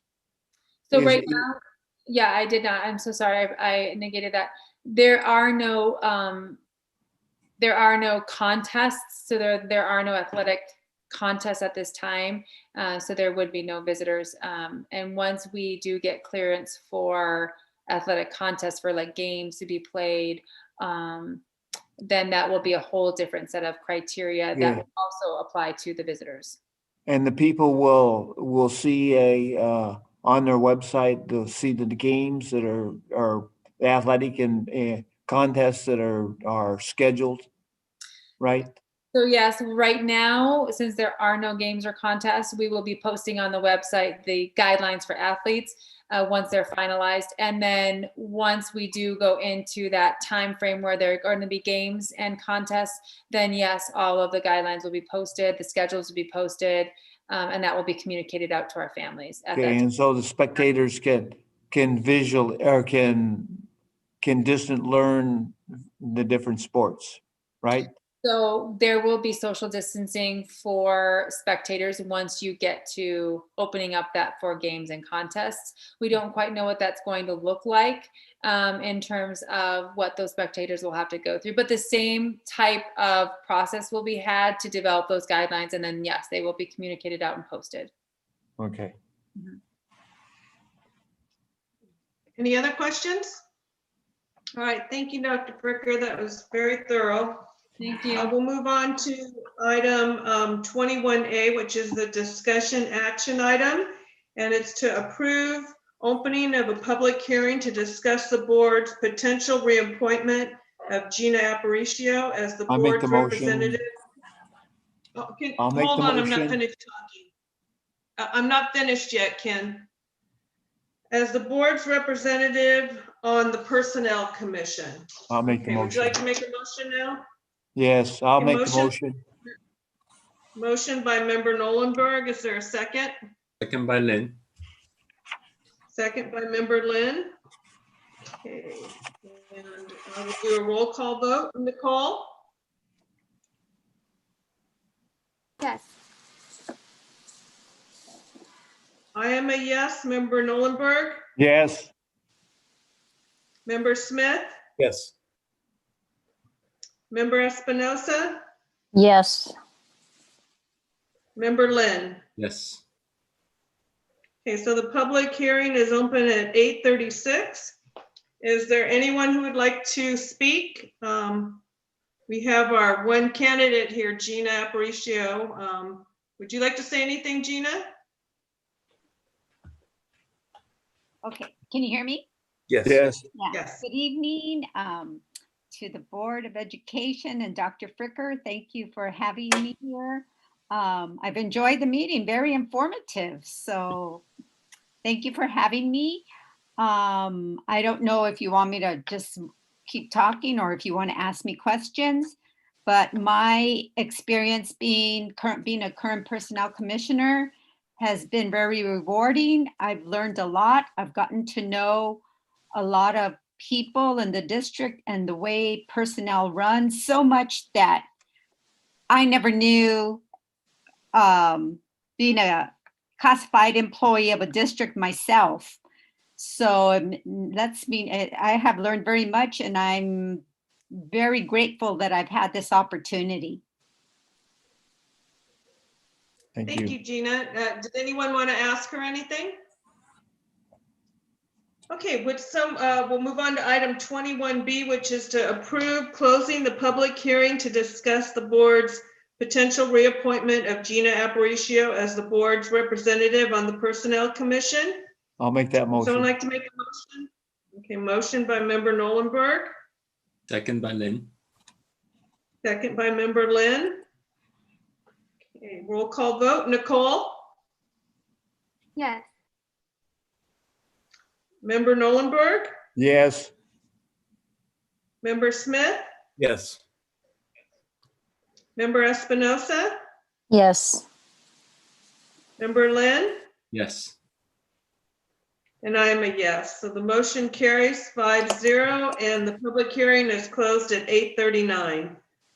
Item 21C is the reappointment of Gina Aparicio as the board's representative on the Personnel Commission. Someone like to I'll make a motion? I'll I'll second. make a motion. Motion by member Nolenberg. The Second. second was second by member Smith. Are there any questions or comments? Okay, Nicole, Yes. member Smith, Yes. member Espinosa, Yes. member Lynn, Yes. I am a yes. Member Nolenberg. Yes. Okay, the motion carries 5-0. Gina, you've been reappointed. Thank you very much for your service. Thank you very much for the opportunity to continue. And I look forward to working with my fellow personnel commissioners, Monica, and the board. Thank you so much. Thank you, Gina. Have a good Thank evening, you. everybody. Thank you too. Thank You you. too. Have a good one. Item 22 is to receive board policies for first reading. We have Board Bylaw 9005, Governance Standards, Board Policy 4121, Temporary Substitute Personnel, Board Policy 4127, 4227, 4327, Temporary Athletic Team Coaches, Board Policy 4128, Shared Teaching Assignments, and that's to be deleted. Board Policy 4131, Staff Development. Board Policy 4131.5, Professional Growth, that's to be deleted. Board Policies 4131.6, 4231.6, 4331.6, those are Professional Development Program, and all three of those are to be deleted. And finally, Board Policy 4132, 4232, and 4332, Publication or Creation of Materials. Monica, is there anything you want to tell us about this? One, I would like to thank, the board policies look a little different. Vera has included all the notes and the case law for the first reading, so we can understand the language behind the wording on each one. I would like to, I know there's a few of them, most of them are deleted this time because they're no longer part of the CSBA, but they're part of the contract and just general business. But if there's any language that you would like me to take a look at or any questions, please let me know prior for the second reading, or I can open it up now. But I do want to thank Vera for including the case law and the language, and then the info sheet that kind of gives us guidance. So I know it's a first reading, but do we have any questions now on any specific one? Okay, Member Smith? Yeah, I do. On the second one, BP 4121. Okay, let me go there. Well, there are some cases where there are multiple options. And I just want to clarify, the ones that are highlighted in yellow are the ones we would be approving, and we're not approving the other options, correct? Yes, because the yellow applies to us. Okay. And then I have a question on BP 4131, staff development. Okay, BP 4131, staff development. Give me 1 second. Yes, I'm there. On the second page, under item 10, knowledge of topics related to student health, safety, and welfare. Yes. The second one, sex offender notification, is deleted, and I'm wondering why. Okay. And that's it for me. Okay. I will send that out. Thank you, Matt. Thank you. This is the first reading. Would someone like to make a motion? I have something to, before we make a motion. Monica, Okay. for board bylaws 9005, thank you for adding number 6, which is highlighted, participate in professional development. Okay. So I think CSBA's Masters in Governance program and commit the time and energy necessary to be an informed, effective leader. If we can modify that to be a little bit more explicit, such that, you know, all board members will need to complete the CSBA Masters in Governance training program within 1 year, or we establish a deadline, a timeline for board members to do so. Okay. Or we can say by the end of their first year as a member of the board, something like that. Okay. I will take a look at before we get into discussion, why don't we get a motion and a second, okay? Got it. Move to approve. I'll make a motion. I'll motion. Okay. By Member Smith, and the second is by Member Espinosa. Thank you. Okay, now we can get into discussion. Yes, Matt. So I wasn't going to say this, but since you specifically identified that, Mike, I've got it. I mean, I am a big supporter of CSBA and the training. I've been touting it since I first started going. So there's no question there, but we really have no authority to insist that a new board member take that training. We can't fire them. We can't impeach them. We can't throw them out. So I think that I understand the rationale for your suggestion to make it even stronger, but I think if anything, we should leave it as it is or make it weaker. Well, yeah, there's no teeth behind it. Just, I think it is good training. I think when I went through that training, it really, I mean, whoever is interested in becoming an elected official, should really go through the training and understand how to govern. We're talking about people's livelihoods and kids' education. So I was thinking more of making it more specific as opposed to, providing any teeth. Because there's no teeth. You're absolutely right. There's no enforcement factor other than, the collective board maybe saying something.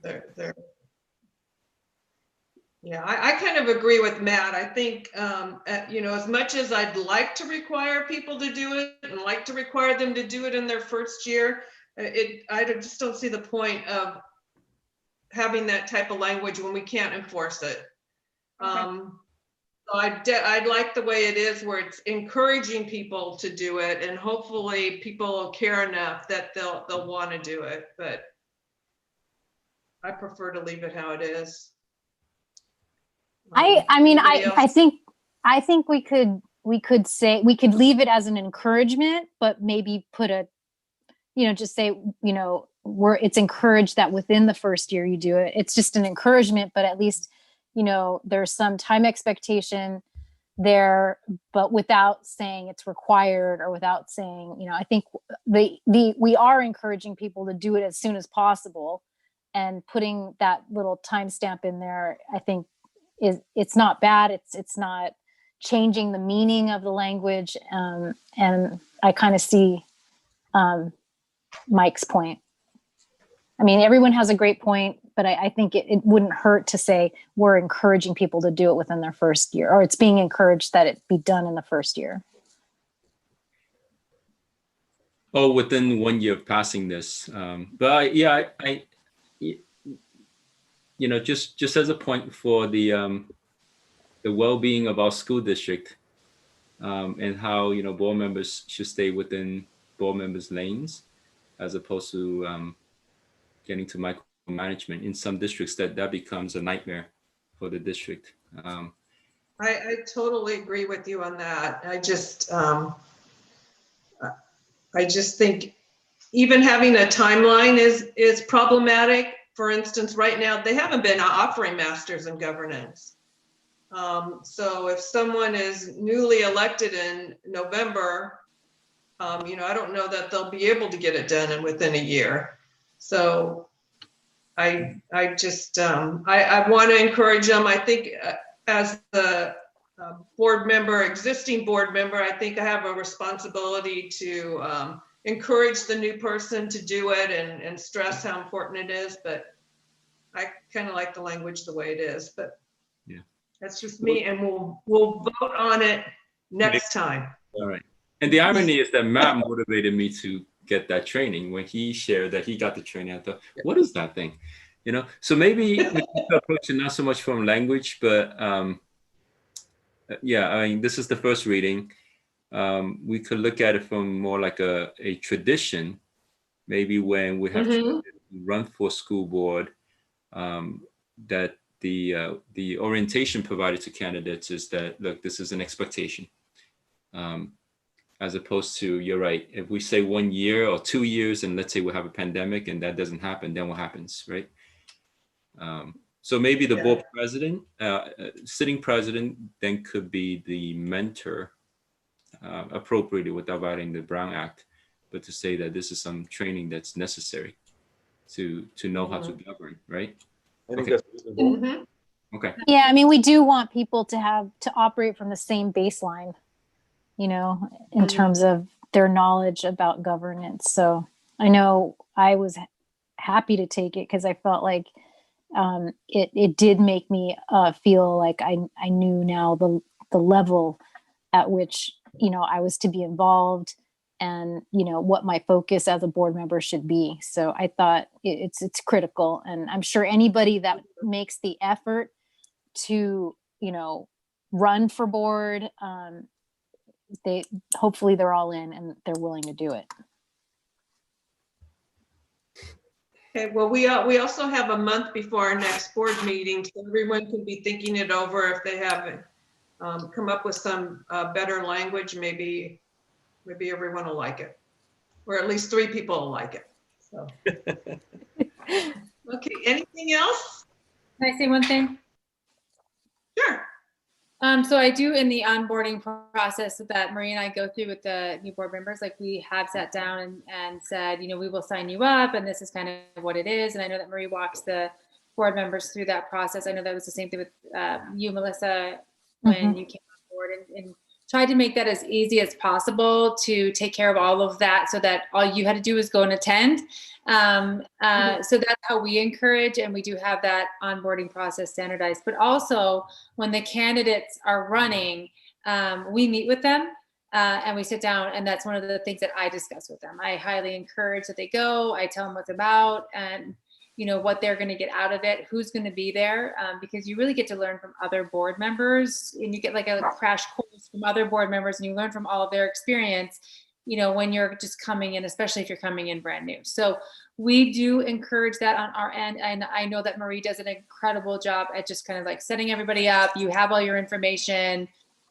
All you really have to do is gather your information and then attend the classes. So we'll continue to do that just as a standard of practice. Cool. Great. Well, I think we're all in agreement that it's a very beneficial thing for new board members. So, Yes. All right. Anything else? Okay, we'll go ahead and vote. Roll call vote. Nicole? Yes. Member Espinosa? Yes. Member Lynn? Yes. I am a yes. Member Nolenberg? Yes. Member Smith? Yes. Motion carries 5-0. Item 23 is to receive board policies for second reading and approve.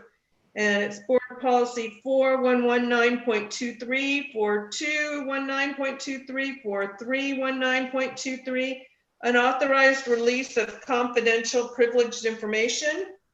Board policy 4119.3, duties of personnel, that's to be deleted. Board policy 4119.41, 4219.41, 4319.41, employees with infection diseases. Board policy 4119.42, 4219.42, and 4319.42, exposure control plan for bloodborne pathogens. And board policy 4119.43, 4219.43, and 4319.43, universal precautions. Okay, I'll would someone motion. like to make a motion? Motion by member Espinosa. I'll second it. There's second by member Nolenberg. Okay, are there any questions or comments? All right, I will take a vote. Nicole?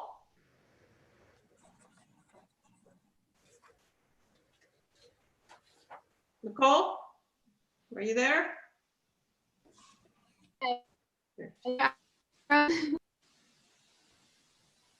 Did you say yes? Yes. I'm sorry. Okay, thank you. Member Lynn? Yes. I am a yes. Member Nolenberg? Yes. Member Smith? Yes. And member Espinosa? Yes. Okay, motion carries 5-0. Item 24 is to adopt resolution 2021-09 for temporary interfund cash borrowing. And Marianne, would you like to give us a little background on this? Sure. This is an annual resolution that is brought forward to the board for approval by Ed Code 42603. It allows for interfund borrowing. So Temple City has not had to use this in the last 7 years. The reason it's important to bring this forward, as you may recall, there are significant state deferrals coming. I don't see any issues between now and February with our cash flow. I'm working on it and watching it quite closely. But should the situation come up, we would be able to borrow about $3.2 million from these other funds. Any borrowing that is done has to be paid back within the same year, unless you're very close at the end of the year, then you have a little carryover into the next year to be able to pay that back. Also, I'm planning in January to bring forward the cash flow in a meeting to go through with you to lay out the specific deferrals that we're expecting for Temple City, so everyone has a good handle on that. Thank you. Yes, sir. Okay, would someone like to make a motion and then we can ask questions? I'll move. Motion? I'll second. Motion by member Lynn. Okay, I'll I'm motion. confused. Okay, motion by member Lynn, second by member Smith. Okay, fair enough. Okay, all right, and I believe member Smith, you had a question. Yeah, so I guess the next step after this, if we were to find ourselves in trouble, would be to file for a trans with the county. Is that right? Yes, and there's a high likelihood that we will have to have a tran probably for the very end of the school year or early summer. I really don't see one necessary in this first tran that's going through. I don't know how many of the board has been through the tran process, but it's basically you're borrowing money because the state's actually not giving you cash. It's not an impact on revenue, but it is an impact on the actual cash you receive. Right now, the deferrals are projected to be 6 months. So money that's due, say in April, for instance, we really won't receive the cash for 6 more months. So it will be significant. I'm looking forward to and not looking forward to the January budget revise because all the economic indicators are a little grim right now. So I'm hoping that we won't be in a worse situation come January, but by all means, I'll keep you updated. So I had a second question, but you just answered it. So thank you. You're welcome. Maria, is it Member correct? Lynn, did you have a question? Yes. Is it correct that the interfund borrowing doesn't really incur an interest, whereas a tran would incur interest? That's absolutely true. You can borrow up to 75% of the other fund balance, and you do not need to pay interest back to yourself. The situation we are likely to find ourselves in, as well as most districts in the state, is the amount that you have available in the other funds is not sufficient to cover the cash shortage that will be, I don't want to use the word inflicted, but put upon the districts by the state. Okay, thanks. Mm-hmm. Okay, are there any other questions or comments? Basically, the state is using our credit status to borrow money, right? No, the state's revenues are less than expected. The expenses, especially with the COVID expenses, are exceeding what was previously budgeted. So they are just not giving us our cash for a while. This did happen back in 9-10 as well. We gotta borrow money. Yes. Okay, any other questions or comments? All right, we'll go ahead and do a roll call vote. Nicole? Yes. I am a yes. Member Nolenberg, Yes. Member Smith, Yes. Member Espinosa, Yes. Member Lynn. Yes. Okay, motion carries 5-0. Next is the consent calendar. This is routine items approved by one motion and one vote unless a member of the board or audience requests that any one item be reviewed or voted upon separately. So would someone like to make a motion I'll to make a approve motion. items 25 through 31? Motion by member Nolenberg, second. Second. Second by member Lynn. Were there any questions or comments? Okay, we'll do a roll call vote. Nicole? Smith has a question. Matt has Oh, I'm something. sorry. Go ahead. So on the payroll documents on the second page down at the very bottom, I've never seen this before, but it's request was to pay FICMAT to do some financial training for our student body, I guess at the high school and probably Oak. Have we done this before? And I think it's great. I think it's great. It's a lot of money, but I think it's great. Have we ever done it before? We have, and we've been really, really lucky. The last 5 years, San Marino Unified has hosted, and they have never asked us to pay at all. Been very, very generous of them. And so we are in the position. Go back and tell them to charge us. So, you know, FICMAT's put it on. They've been lovely to us. This year they are unable to do that. So we are doing that, and we are going to open it to surrounding districts that would like to participate. I will tell you that we have a classified grant for professional development. And so this can very easily be covered for that. And it's a 2-part training. It's over 2 days. The first half is ASB and the second half is boosters. Our intent is to include members of the booster clubs. We just haven't sent that out to them quite yet. We're waiting for final lists of who's taking care of which booster group yet. So I think both days will be very helpful to the district. Wonderful. Thank you. Any other questions or comments? All right, we'll go ahead and vote on it. Nicole?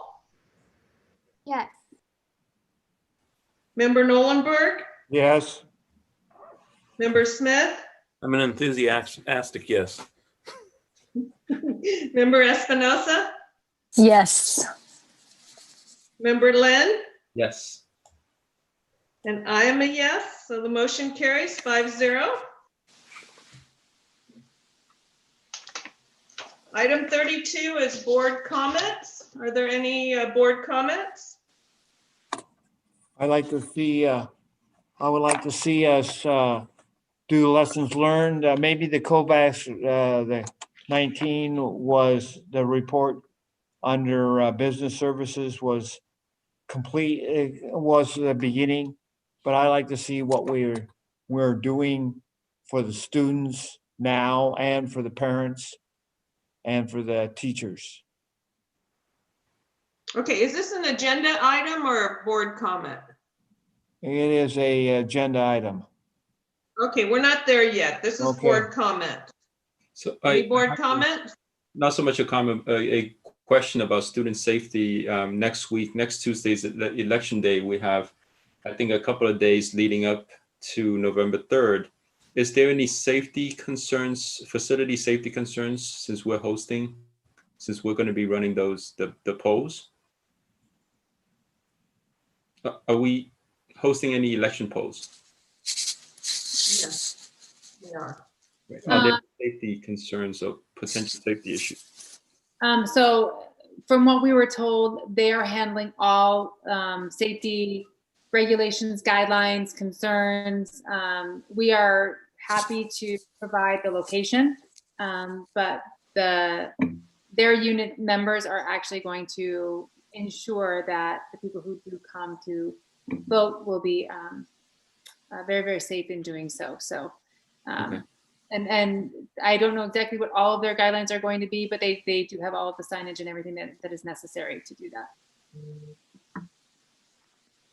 If I might add, we have shared the schedule with the sheriff's department and with the city, so they're aware of the hours and locations, but LA County is, as Dr. Fricker said, is responsible for that piece, but we have shared everything with the sheriff to make sure the city and the sheriff is well aware of what's happening as well. Okay. We don't need to send employees home so then to ensure safety or anything, right? Okay. Okay, anything else? Any other comments?